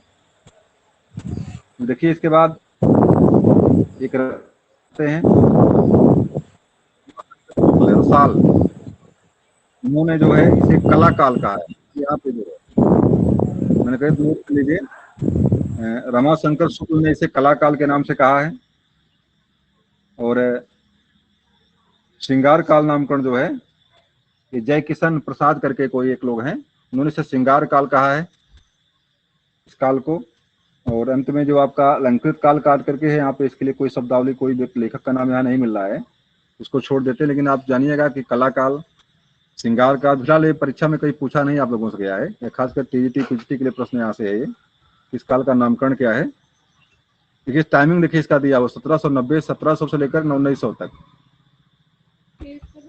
1750 भी माना जाता है, 1900, 1850, 1650 भी कहीं कहीं मिलेगा आपको ये टाइमिंग इसकी। 1650 से लेकर 1850 का मिलेगा, लेकिन कभी नॉर्मल रूप से इसको 1700 में और इसको 1900 बना दिया गया। 200 साल का इस टाइमिंग इसका है, 700 से लेकर के 900 तक। तो 200 साल का ये काल इसका है, रीत काल आपका। और रीत काल की जो शुरुआत होती है जहां से, बताइए रीत काल का प्रतिनिधि कवि कौन है? कोई बता दे भाई यहाँ से, रीत काल का प्रतिनिधि कवि कौन है? बिहारी। बिल्कुल सही आपका जवाब है। बिहारी कहाँ के थे बता दे कोई भाई, बिहारी थे कहाँ के? बिहारी कहाँ के थे? अच्छा बताइए किसके दरबारी, बताओ दरबारी किसके थे बिहारी? बिहारी बिहार के। बिहारी दरबारी के बिहार के नहीं। सवाई राजा जय सिंह ये दरबारी थे, और समकालीन थे ये बिहारी, समकालीन थे औरंगजेब के और शाहजहां के, दोनों के समकालीन थे। अब एक लाइन की बराबर मिलती होगी, सम्र था देख विहंग विचार, पर पारिन के हाथ में तुम पंछी मत मार।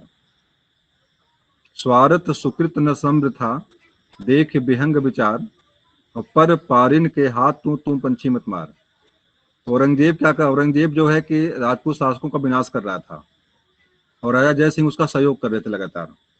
इसी पर बिहारी ने लाइन लिखा था कि स्वार्थ सुकृत न सम्र था देख विहंग विचार, पर पारिन के हाथ में तुम पंछी मत मार। यहाँ पे अन्योक्त अलंकार है, बात कही गई कहीं और, अलग कहीं और रही है। बात तो वास्तव में एक बाज को लेकर कही गई, जिस तरह से बाज जो है एक शिकारी के हाथ में लग करके अपने ही कुल लोगों का विनाश करता है, उसी प्रकार से जयसिंह क्या कर रहे थे? जयसिंह औरंगजेब के हाथ लग करके अपने ही कुलवंश के राजाओं या राजपूतों का विनाश कर रहे थे। उसी को लेकर के बिहारी ने लाइन लिखा हुआ है। इसे आपको और मिलता रहा हूं मैं, मिलेगा आपको। नहीं पराग नहीं मधुर नहीं विकास यही काल, अली कली ही सो विधो आगे कौन हवाल। ये भी लाइन, राजा सिंह का विवाह हुआ, जय सिंह का विवाह होता है, नई नवेली दुल्हन आई और बहुत दिनों तो रनिवास से बाहर नहीं निकले, कामकाज प्रभावित होने लगा। इसी को लेकर के बिहारी ने यह लाइन लिखी थी, नहीं पराग नहीं मधुर मधु नहीं विकास यही काल। ये भी यहाँ पर भी अन्योक्त अलंकार आपका है, क्योंकि यहाँ पर भी बात जो भौरे को नहीं कही गई है। वास्तव में भौरे को लेकर कटाक्ष यहाँ पे किसको लेकर किया गया, जय सिंह को लेकर किया गया। और इस तरह से जो है बिहारी ने जो अपनी लाइनें लिखी, 719 दोहे ही लिखे, लेकिन रीत काल की सबसे महत्वपूर्ण रचना बन जाती है, 700 दोहे को लेकर के बन जाती है। और सागर में गागर भरने वाली बात अगर परीक्षा में देता अगर आपको किसके लिए कहा गया है तो क्या जवाब देंगे आप लोग? बताइए भाई, क्या जवाब देंगे आप लोग? सागर में गागर भरना सर बिहारी के लिए। बिल्कुल बिहारी के लिए, आप ये शब्द बिहारी के लिए है। बिहारी ने सागर में गागर भर दिया है। बताइए एक लाइन उदाहरण बताइए, उदाहरण में और बोल रहा हूँ बिहारी का।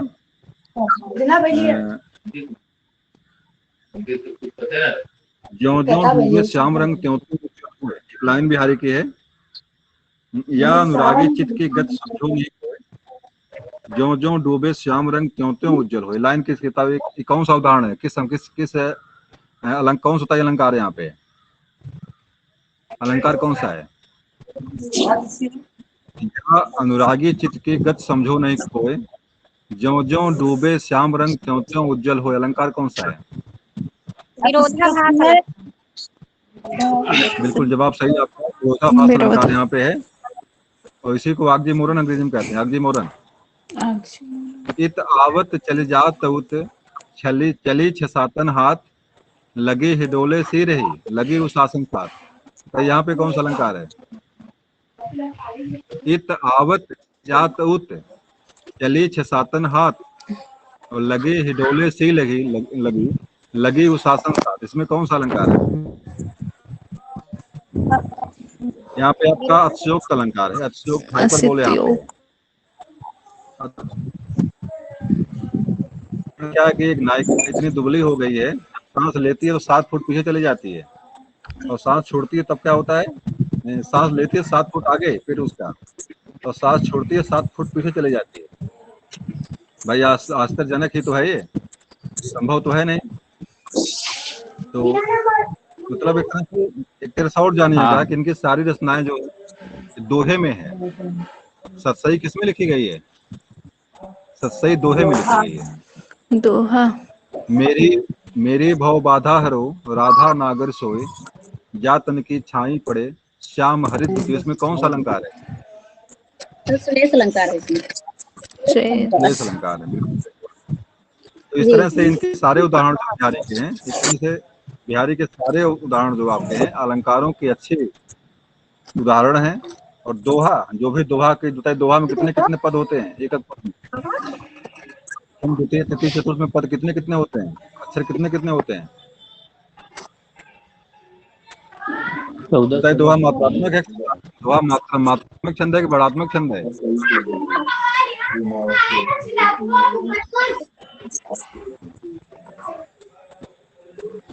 चलिए, दोहा मात्रात्मक छंद आपका, मात्रिक छंद दोहा। बताइए मात्रा कितनी कितनी होती है इसमें? प्रथम द्वितीय छंद में मात्राएं कितनी कितनी है? 11 13। पहले पद में कितनी मात्राएं दोहा में होती? दोहा सोठा दूसरे के उल्टे, बिल्कुल दोहा सोठा दूसरे के उल्टे हैं। दोहा सोठा दूसरे के उल्टे होते हैं। सही। दोहा में कितनी कितनी मात्राएं होती? 11 कि 13? पहले सर 11 होती है। दोहा में पहले 11 बाद में 13। देख लीजिएगा आप लोग इसको सही से, गलती ना करिएगा परीक्षा में। सर दोहा में पहले 13 न हुई? हाँ तो नहीं वही तो मैं 11 कह रहा हूँ, 13। देख लीजिए आप लोग, देख लीजिए आप लोग सही सही देख लीजिए आप लोग सही सही। दोहा और सोरठा में एक दूसरे के बनाओ। विरोधी रंग शब्द हैं। दोहा उल्टा सोरठा होता है। एक दोहा लाइन, यही लाइन लिखकर गिनती कर लीजिए ना। एक दोहा लिखकर गिनती कर लीजिए कि पहली लाइन में कितने मात्रा है। मेरी भव बाधा हरो, लाइन लिखो, गिन लो इसको। मेरी भव बाधा हरो, राधा नागर सोई। पहले में 13, दूसरे में 11 मात्रा कंफर्म हो गई। पहली लाइन बड़ी, दूसरी लाइन छोटी है। मेरी भव बाधा हरो, राधा नागर सोई, बस कंफर्म हो गया। 13 और 11 मात्रा इसमें होती है। जी जी। लाइन देखिए और अनुमान कीजिए क्या इसमें हो सकता है। तो दोहे में पहले में 13, बाद में 11, सोरठा में पहले 11 तब 13, ये अंतर दोनों जी में। चलिए, मैं तो आगे आना चाहिए। देखिए, रीत काल की विशेषताएं, थोड़ा सा ये काम आपके काम की चीज आपकी है। रीतिबद्ध, रीति सिद्ध और रीत मुक्त, परीक्षा में कई बार पूछा है इसको आप समझ लीजिए। इसको रीतिबद्ध क्या होता है, रीत मुक्त क्या होता है, रीतिबद्ध, रीत मुक्त और रीत सिद्ध क्या चीज है ये? कोई बताएगा भाई, रीत सिद्ध किसे कहते हैं, रीतिबद्ध किसे कहते हैं? कोई बिहारी को बताएगा? सर, बिहारी को। बिहारी। नहीं नहीं, आपको स्क्रीन दिखाई नहीं, स्क्रीन दिखाई पड़ रही है आपको? है क्या आपको नहीं स्क्रीन दिख सर। रही है? क्यों नहीं दिख हाँ रही सर, आपको? दिख रही, दिख रही है। यहाँ देखिए, साफ साफ लिखा दिख रही हुआ है है। सर। देखिए यहाँ 1650 पे लिखा हुआ है। 1850 वहाँ 1700 था, 1900 था। देखिए यहाँ पे 1650 से 1850 लिखा हुआ है। 150। तो दिमाग में बिल्कुल रखिएगा कि दोनों हो सकता है। अगर नॉर्मली 1650 ही माना जाता है, लेकिन अगर वो 1700 दिया तभी सही आपका है। देखिए, रीतिबद्ध का मतलब होता है, रीतिबद्ध का मतलब है कि जो लोग रचनाएं जो है, जो भी कुछ लोग जो गद्य, छंद, अलंकार या जो इसके काव्य के अंग जो है, जो अलंकृत काव्य को करते हैं, जो लोग इनको लेकर कुछ लिखे हुए हैं, ऐसे लोगों को रीतिबद्ध कहा गया। जैसे केशव दास ने कल्पप्रिया लिखा, चिंतामणि ने भी इस तरह से, चिंतामणि ने विज्ञान गीता लिखा हुआ है, मतीराम सेनापति, सबने कुछ न कुछ ग्रंथ लिखे आपके, जिसका संबंध जो आपके छंद, अलंकार, सोरठा, दोहा, इन सबको लेकर के है, जो शब्दानुशासन को लेकर लिखा गया है। इसलिए इन्हें रीतिबद्ध कभी कहा गया। और रीति मुक्त का मतलब है जिनको किसी से कोई मतलब नहीं, जिनको न दोहा मतलब, ना ही सोरठा मतलब, ना ही कुछ मतलब है। तो दोहा सोरठा पर ध्यान नहीं दिए। ये प्रबंध काव्य लिखे लोग, धनानंद, आलम, ठाकुर, बोधा, ये लोग इस तरह से थे जिन्होंने रीत मुक्त थे, मतलब इनको रीत पर कोई प्रभाव इनके ऊपर नहीं पड़ा। और रीति सिद्ध का मतलब यहाँ पे है, ये लोग तो काव्य ग्रंथ, ये लोग कोई मात्रिक या कोई छंद वाले ग्रंथ कोई नहीं लिखे ये लोग, लेकिन इनकी जो रचनाएं हैं वो पूरी तरह से नियम कानून पूरी तरह से बधी हुई है, पूरी तरह सिद्ध है, वो मतलब गलत कहीं पर भी नहीं है। जो भी इन्होंने लिखा है, जो भी रचनाएं इनकी हैं, पूरी तरह से दोहा, सोरठा, अगर बिहारी कोई रचना अगर पढ़ेंगे आप, अगर जो है, तो मात्रा गलती वहां नहीं मिलेगी आपको, मतलब बराबर मात्राएं मिलेंगी आपको, मात्रा गलती कहीं नहीं मिलेगी आपको। और जो भी कुछ लिखे हैं अलंकार के उदाहरण, अलंकार के अच्छे उदाहरण हैं। और मतलब के काव्य शास्त्र के जो अंग हैं, छंद, सोरठा, दोहा, ये जो अंग इसके हैं, ये पूरी तरह से उस पर हम बिल्कुल फिट उतरते पूरी तरह से। इसलिए इस तरह कवियों को हम रीत सिद्ध कवि कहते हैं।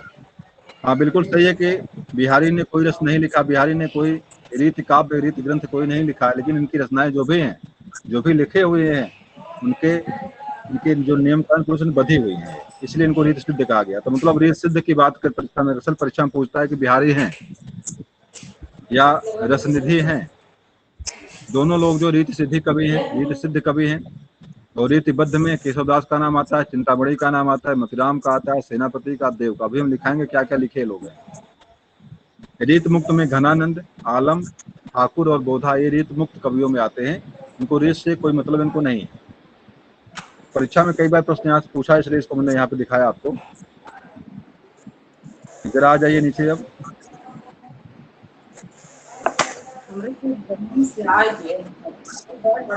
जरा इसको देख लीजिए। ये केशवदास आपके आ गए। इसके पहले मैंने बताया आपको है कि केशवदास वास्तव में कठिन काव्य का प्रेत कहा गया इनको। रामचंद्र का क्या बोलते हैं, जहांगीर जस चंद्रिका और कवि प्रिया, रसिक प्रिया, और भी कई रचनाएं उन्होंने लिखा है। इसके अलावा भी लिखी कई रचनाएं लिखा है उन्होंने। मैं देखता हूँ क्या क्या लिखे और हैं ये। चलिए मैं पढ़ देता हूँ, एक बार सुन लीजिए आप लोग क्या क्या लिखे हैं ये। आपके इनकी रचनाएं हैं, मिलना मुश्किल है, खोजने बाद नहीं मिलता है। चलिए देखिए इसको, हम बाद में देखते हैं आपको है क्या क्या इसमें है। तो फिलहाल आपके केशव दास की 3 रचनाएं यहाँ देख लीजिए अभी आप जो है। रामचंद्रिका, कवि प्रिया, रसिक प्रिया, जहांगीर जस चंद्रिका। एक रचना इनकी और भी है, चलिए उनका नाम याद नहीं आ रहा है। इसके खास करके भी जानिएगा कि केशव दास जो थे जहांगीर के समकालीन थे। किसके समकालीन थे? केशव दास जहांगीर के समकालीन थे। जहांगीर जस चंद्रिका उन्होंने जहांगीर के दरबार में रहकर उन्होंने लिखा है इन्होंने। और देखिए क्या क्या लिखे हुए हैं, यहाँ मिल गया इनका, एक बार और सुन लीजिए क्या क्या लिखे हैं ये। रसिक प्रिया, रसिक प्रिया लिखे हैं ये। रतन बावनी, देखिए याद रखिएगा, रतन बावनी, वीर सिंह देव चरित, जहांगीर जस चंद्रिका, नक्सिक, छंदमाला, कवि प्रिया, विज्ञान गीता और रामचंद्रिका। इतनी चीजें केशवदास ने लिखा है। एक बार पुनः सुन लीजिए आप नाम, पुनः एक बार सुन लीजिए, एक बार नाम पुनः सुन लीजिए। रसिक प्रिया, रतन बावनी, वीर सिंह देव चरितम। भाई किसी की आवाज लगातार आ रही है, पंखा वाली आवाज है और कुछ आवाज नहीं, पंखा की आवाज है ये। पंखे की आवाज जहां भी हो, पंखा अपना बंद कर ले हो, अपना यार माइक बंद कर ले, दोनों से एक काम कर ले कम से कम। इसके यहाँ से आवाज आ रही है, पंखा बंद कर ले, माइक बंद कर ले, ताकि किसी और को डिस्टर्बेंस ना इसको लेकर के हो। तो छंदमाला, कविप्रिया, विज्ञान गीता, रामचंद्रिका इनकी रचनाएं हैं। और जानते हैं आप है कि रामचंद्रिका को जो है छंदों का अजायब घर भी कहा जाता है। छंदों का अजायब घर के नाम से रामचंद्रिका प्रसिद्ध आपकी है। देखिए इस काल के मात्र एक कवि भूषण थे जिन्होंने 20 रस्म रचनाएं लिखा है। और भूषण का वास्तविक नाम घनश्याम, भूषण का नाम घनश्याम था, भूषण का नाम घनश्याम था। और भूषण नामकरण जो किए हैं, कोई रुद्र कोई करके था, उन्होंने इसका नामकरण भूषण किया था। शिवाजी, मराठा शासक शिवाजी को लेकर के उन्होंने शिवा बावनी लिखा। और छत्रसाल को लेकर के इन्होंने छत्रसाल दशक लिखा। और शिवराज भूषण इनका जो काव्य ग्रंथ इनका है, काव्य लिखे हैं, मतलब खासकर छंद अलंकार इसको लेकर उन्होंने शिवराज भूषण लिखा हुआ है। तो एक काव्य ग्रंथ है शिवराज भूषण। ये शिवा बावनी इनका जो है शिवाजी को, मराठा शासक शिवाजी को लेकर के है। और ये छत्रसाल दशक, छत्रसाल शासक छत्रसाल को लेकर के, 2 हिंदू शासक थे उस समय भूषण के समय में। एक हिंदू शासक जो है छत्रपति शिवाजी थे, एक छत्रसाल का नाम आता। 2 शासक हिंदू थे जो मुगलों का टक्कर दे रहे थे उस समय। भूषण ने शिवा बावनी और छत्रसाल दशक, शिवराज भूषण रचना इनकी जो है काव्य ग्रंथ को लेकर के, काव्य टीका को लेकर के है।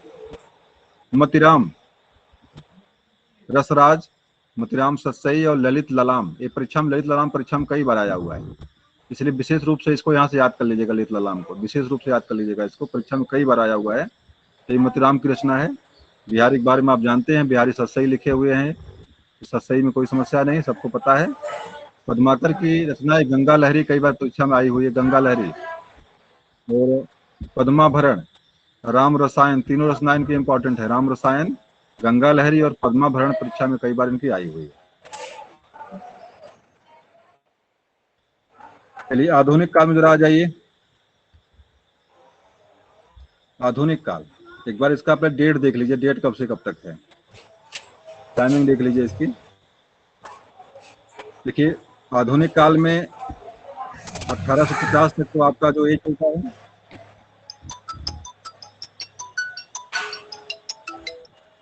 1850 तक आपका जो है भाई रीत काल ही चला आपका। और रीत काल के बाद आपका आधुनिक युग या गद्य युग आपका आता है।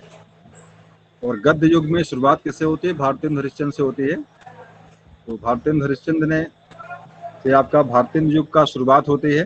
1850 से लेकर 1900 तक, मतलब 50 साल का इसका टाइमिंग इसका है। 1850 से लेकर 1900 तक जो है इनका टाइमिंग है भारतीय युग का। खास करके भारतीय हरिश्चंद्र के नाम से इसका नामकरण हुआ है। द्विवेदी युग, इसके बाद द्विवेदी युग आता है। आप लोग जानते हैं कि 1900 में से लेकर के 1920 तक चला है।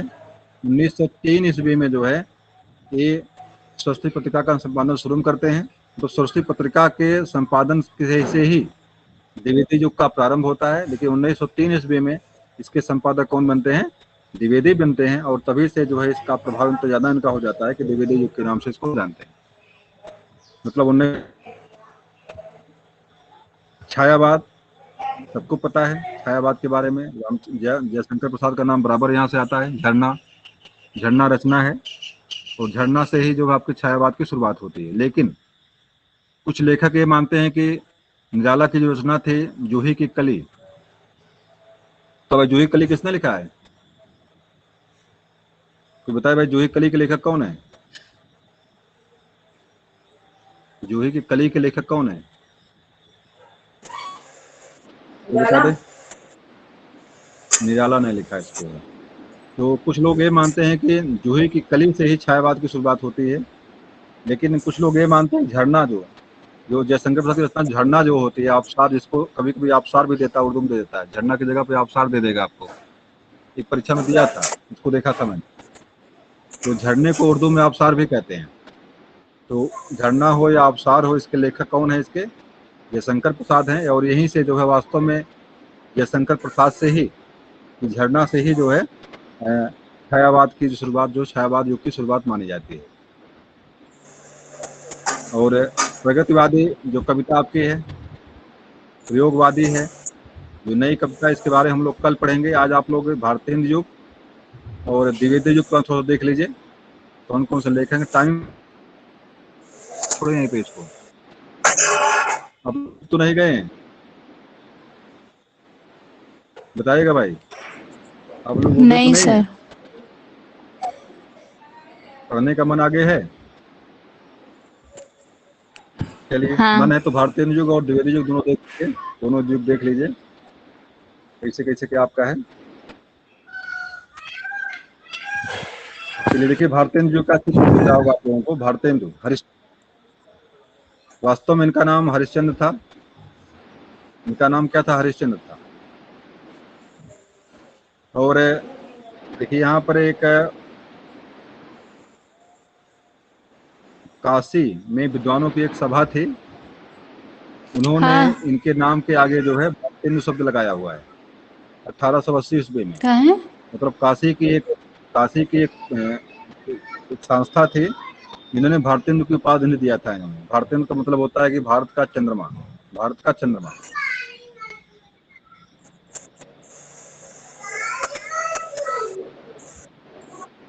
चलिए तो देखिए विशेष चीज और भी कुछ चीज देख लीजिए यहाँ से। हिंदी साहित्य में आधुनिक काल का प्रारंभ भारतीय हरिश्चंद्र जी से माना जाता है। जो हिंदी काल का जो शुरुआती स्टेज है, उसकी शुरुआत भारतीय मानी गई। तो भारतीय से ही इसकी शुरुआत मानी गई। अगली चीज देखिए यहाँ पे विशेष रूप से दिया हुआ है, आधुनिक साहित्य के जन्मदाता। हिंदी में आधुनिक और भारतीय हिंदी पुनर्जागरण के जनक के रूप में आपके भारतीय हरिश्चंद्र जी हैं। हिंदी में नाटकों का प्रारंभ जो है नहुस इनके पिता ने लिखा था, और वहीं से नाटकों का प्रारंभ भी भारतीय हरिश्चंद्र से ही माना जाता है। तो 3-4 चीजें यहाँ पे हैं। हिंदी, आधुनिक हिंदी का पुनर्जागरण, भारतीय पुनर्जागरण, भारतीय हरिश्चंद्र, और आधुनिक हिंदी साहित्य का जन्मदाता भारतीय हरिश्चंद्र। तो कुछ चीजें आपको यहाँ से याद रखनी है, आपको भारतीय हरिश्चंद्र से याद रखनी है। चलिए इनसे पहले जरा कुछ चीजें देख लीजिए अब। चलिए तो छायावाद के आ गए, इनको हम बाद में देखेंगे। देखिए भारतीय के बारे में कुछ चीजें लिखा, इसका युग की शुरुआत कैसे होती है। ये भारतीय युग का नामकरण हिंदी जागरण के अग्रदूत भारतीय किया गया है। युग की प्रवृत्तियां, चेतना का निरूपण एक तरह से और देखिए पूछता है, समस्या पूर्ति थी। भारतेंदु युग की मुख्य विशेषता क्या थी? समस्या पूर्ति थी। और भारतेंदु काल को नवजागरण काल के नाम से हम जानते हैं। विशेष चीज आपको याद रखना है यहाँ पे। ये उल्टा हो गया, मैं अलग चीज दबा दिया। चलिए मैं आपको ले चलता हूँ पुनः जल्दी जल्दी वहाँ पे। देखिए पुनर्जागरण काल के नाम जाना गया। ये कुछ चीजें देखिए पत्रिकाएं हैं, बड़ा इंपॉर्टेंट आपके लिए हैं ये। भारतेंदु युग की पत्रिका संपादक और प्रकाशक, ये देखिए भारतेंदु हरिश्चंद्र, बालकृष्ण भट्ट, बद्री नारायण चौधरी और प्रताप नारायण मिश्र ये भारतेंदु युग के ही जो है कवि थे, लेखक थे, मतलब रचनाकार थे लोग। तो परीक्षा में पूछ दिया कि कवि वचन सुधा के संपादक कौन थे, जवाब क्या देंगे आप? इसका जवाब है भारतेंदु हरिश्चंद्र। काशी से प्रकाशित पत्रिका होती थी, चूंकि ये भी काशी एक थे, बनारस के भी थे, बनारस में भाई इसका संपादन भी किए। हरिश्चंद्र मैगनीज परीक्षा में कई बार आया हुआ है, इसका भी संबंध काशी से होता है। हिंदी प्रदीप को लेकर के परीक्षा में कई बार प्रश्न आए हुए आपके। तो बालकृष्ण भट्ट इसके हैं और इलाहाबाद जगह भी इसकी है। आनंद कादम्बिनी,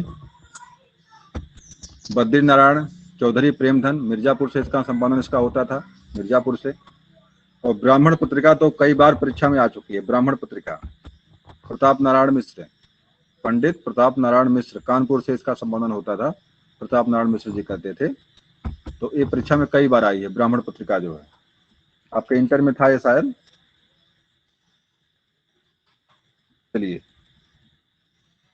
आपके द्विवेदी युग आपका आ गया। इसके आगे पहले भारतेंदु युग के बारे में थोड़ा सा कुछ चीजें आपने जाना यहाँ से कि शुरुआती स्टेज क्या था, कौन कौन से लेखक और रचनाकार थे। इसमें 4 लोगों का नाम विशेष रूप से यहाँ पे आता है, जो भी आपने देखा ही। 4 लोग कौन कौन से? प्रताप नारायण मिश्र। और चलिए आगे हम आपको ले चलते हैं द्विवेदी युग में। अब जल्दी से समाप्त करना है इसको है, क्योंकि बहुत टाइम भी हो गया। देखिए आपके द्विवेदी हैं ये आपके द्विवेदी हैं। हजारी प्रसाद नहीं अच्छा, थोड़ा सा कभी कभी भ्रम में डालता है ये कि द्विवेदी युग का नामकरण किस काल से किस नाम से हुआ है। तो कभी कभी हजारी प्रसाद द्विवेदी को लेकर लोग टिक मार देते हैं। तो अंतर दोनों में क्या है? ये महावीर प्रसाद द्विवेदी है और हजारी प्रसाद द्विवेदी है, दोनों लोगों में अंतर है।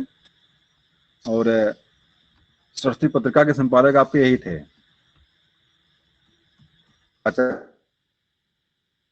और 1903 में संस्थापक बनते होती है युग की।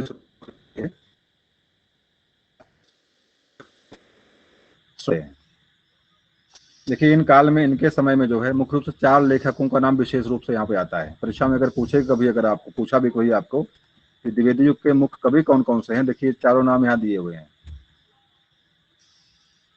अयोध्या सिंह उपाध्याय, हरिओद, मैथिली शरण गुप्त, माखनलाल चतुर्वेदी और महावीर प्रसाद द्विवेदी और राम नरेश त्रिपाठी। 4 नाम विशेष रूप से आपको याद रखना है। तो इनकी रचनाएं देखिए कौन कौन से? प्रिय प्रवास, वैदेही बनवास, चुभते चौपदे और रस कलश और भी रचनाएं। लेकिन मुख्य रूप से 4 रचनाएं। प्रिय प्रवास देखिए महाकाव्य इनका है। प्रिय प्रवास क्या है? प्रिय प्रवास महाकाव्य है। वैदेही बनवास भी शायद, वैदेही बनवास शायद ब्रज भाषा में लिखा गया है। वैदेही बनवास शायद ब्रज भाषा में लिखा गया है। और चुभते चौपदे, रसकलश इनकी रचनाएं हैं आपके। अयोध्या सिंह उपाध्याय के आपके आजमगढ़ के निवासी थे। इसके बाद देखिए मैथिली शरण गुप्त का नाम आता है। और साकेत, देखिए साकेत यहाँ पे है। साकेत परीक्षा में कई बार प्रश्न पूछा हुआ। आपका किसकी रचना है? मैथिली शरण गुप्त की है। पंचवटी, जयद्रथ वध, भारत भारती और यशोधरा। भारत भारती को लेकर प्रश्न कई बार इस तरह से किया हुआ कि भारत भारती के किस रचना पर मैथिली शरण गुप्त को राष्ट्रीय कवि की उपाधि मिली थी? तो बता दे भाई, राष्ट्रीय कवि की उपाधि मैथिली शरण गुप्त को किस रचना पर मिली थी? कोई बोल दे। भारत भारती पर मिली थी। लग रहा मेरा नेटवर्क कट गया है, कोई और बोल दे। नहीं सर, आ रही है आवाज। भारत भारती, ये भी जी जानिएगा सर, कि भारत भारती। ये भी जानेगा कि बताओ उपाधि किसने दिया था इनको, राष्ट्रीय कवि को उपाधि देने वाला कौन था। भारत भारती पर राष्ट्रीय कवि को उपाधि किसने दिया था इनको, मथुरेश्वर गुप्त को। महात्मा गांधी ने दिया था। महात्मा गांधी ने राष्ट्रीय कवि को उपाधि प्रदान की थी मथुरेश्वर गुप्त को। पंचवटी चारुचंद की चंचल किरण परीक्षा में कई बार इसे देख पूछता है। खेल रही हैं जलथल में। जलथल में रचना कहाँ से ली गई है, तो आपकी पंचवटी से। अच्छा ये बताइए अलंकार कौन सा है, अलंकार कौन सा है इसमें, चारुचंद की अलंकार कौन सा है, चारुचंद की चंचल किरण खिल रही है जलथल में, अनुप्रास अलंकार है। बिल्कुल जवाब सही आपका है, अनुप्रास। साकेत रचना जो साकेत लिखी गई है, साकेत, ये विद्या सिंह उपाध्याय साकेत श्री प्रवास। थोड़ा सा चलिए छोड़ते इसको हैं, थोड़ा सा दुविधा में हैं हम।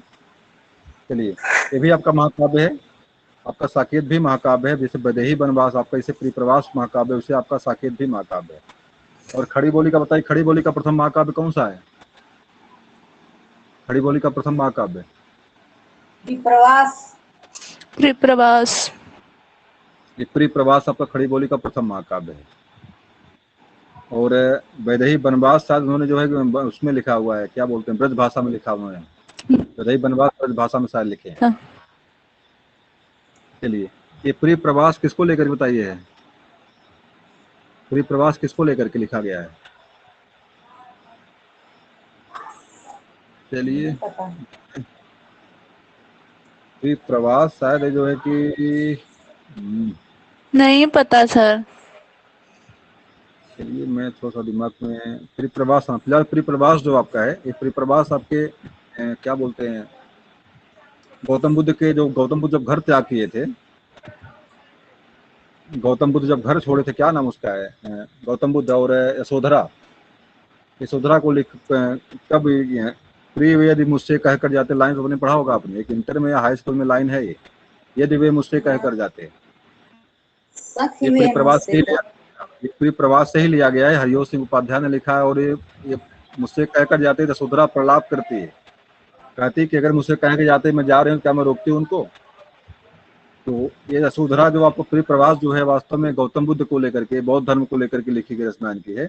और साकेत जो रचना आपकी है, इस साकेत जो लिखी गई है, खास करके क्या बोलते हैं,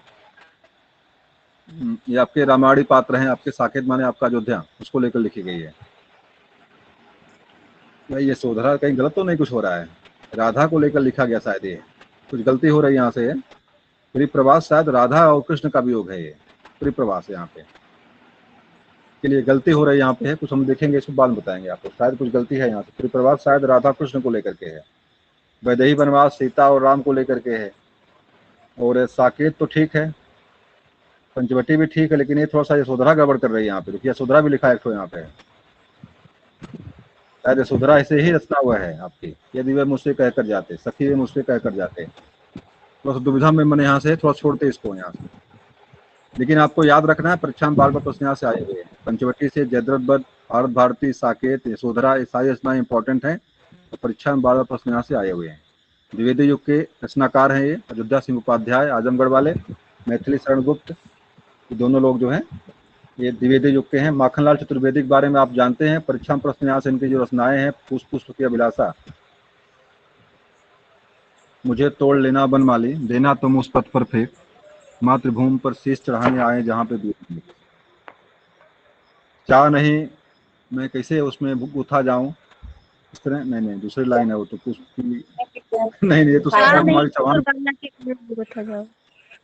ये सुभद्रा कुमारी चौहान की है ये। नहीं इसे नहीं का है, माखनलाल का क्या है, वो लिखा तो उनकी ऐसा नहीं मैं सुर बालाओं के मतलब गुथा जाऊं, तो अंत में लाइन, बाद में लाइन आती है, पहले यही शुरू होता है कविता ये। तो हिम किरीटनी, हिम तरंगड़े, युगचर और समर्पण और भारत की आत्मा के नाम से प्रसिद्ध है माखनलाल चतुर्वेदी। भारतीय आत्मा के नाम से प्रसिद्ध हैं। तो माखनलाल चतुर्वेदी को आप याद रखिएगा। इनके नाम से यूनिवर्सिटी पत्राचार और क्या नाम है वो कराती है, पत्रकारिता कराती है। वो माखनलाल चतुर्वेदी यूनिवर्सिटी पत्रकारिता करवाती है। चलिए, माधवी प्रसाद द्विवेदी, काव्य मंजूषा, सुमन और भी कई चीजें लिखा उन्होंने है, बहुत सारे अनुवाद उन्होंने किया है, द्विवेदी जी ने किया है, लेकिन फिलहाल यहाँ पे एक चीज दिया है, काव्य मंजूषा और सुमन दिया हुआ है, तो दोनों देख लीजिएगा, दोनों मान लीजिए ठीक है। ये राम नरेश त्रिपाठी, मिलन, पथिक, स्वप्न और मानसी, ये कुछ पत्रिकाएं यहाँ दिया हुआ है, ये सब चीजें आपके लिए काम की हैं। प्रेमचंद ने पत्रिका निकाली थी माधुरी, प्रेमचंद ने मर्यादा भी निकाली थी। प्रेमचंद की पत्रिका का नाम हंस भी था। 3 पत्रिकाएं तो प्रेमचंद की हो गई, माधुरी, मर्यादा और हंस प्रेमचंद ने निकाला है। उपन्यासों के सम्राट, कहानी के सम्राट, ये सारे उपनाम जो है प्रेमचंद के ही हैं। रामचंद्र शुक्ल की पत्रिका थी नगरी प्रचारणी सभा, गद्य का निकष, चिंतामणि इन्हीं की रचना है। वियोगी हर ने हरिजन सेवक निकाला था, वियोगी हर ने सम्मेलन भी निकाला था। पदुमलाल पुन्नालाल बख्शी ने छाया पत्रिका निकाली थी। महादेवी वर्मा की पत्रिका का नाम है चांद, चांद निकाली थी। ये बताइए, महादेवी वर्मा को एक पुरस्कार मिला था, डामा पर पाई थी, नाम बता दीजिए कौन पुरस्कार था वो? डामा पर, यामा पर मिला था उन्हें, यामा पर। पुरस्कार का नाम बताइए जो यामा पर पाई थी वो। उनका नाम, पुरस्कार का नाम क्या है? चलिए ठीक है, याद नहीं आ रहा है। राम वृक्ष बेनीपुरी का नाम देखिए यहाँ पे है। तरुण भारत, किसान मित्र, करमवीर, युवक, नई धारा और विशाल भारत, भाई नहीं इतने चीजें इनकी है। ये भाषा के जादूगर के नाम से प्रसिद्ध है। ये रामवृक्ष बेनीपुरी भाषा के जादूगर, तरुण भारत, किसान मित्र और करमवीर। किसान मित्र याद रखिएगा, तरुण भारत याद रखिएगा, करमवीर याद रखिएगा, परीक्षा में कई बार पूछा गया है। और अंबिका प्रसाद गुप्त का इंदु, ये भी परीक्षा में कई बार आया है। माखनलाल चतुर्वेदी का करमवीर, शिव पूजन सहाय का मतवाला, मतवाला के संपादक आपके जो है कि निराला भी कुछ दिन किए थे मतवाला के। गणेश शंकर विद्यार्थी का प्रताप, बनारसी दास चतुर्वेदी का विशाल भारत, देखिए मतवाला, देखिए यहाँ भी आ गया। मतवाला के भी 2013 में बने थे, संपादक बने हुए थे। और अंत में है आपका राजेंद्र अवस्थी का है कादम्बिनी। ये कुछ चीजें थी आपकी, आपने पूरा जो है कि आज द्विवेदी काल तक पढ़ा, आदिकाल से द्विवेदी काल तक पूरा पढ़ा आपने। अब कल हम इसके आगे आपको पढ़ाएंगे। तो आज की क्लास यहीं पर आप समाप्त करते हैं। सर एक क्वेश्चन है। हाँ बताइए, बताइए क्वेश्चन अपना, कौन सा क्वेश्चन है? पांडिचेरी में किस महान शास्त्री ने आश्रम स्थापना की?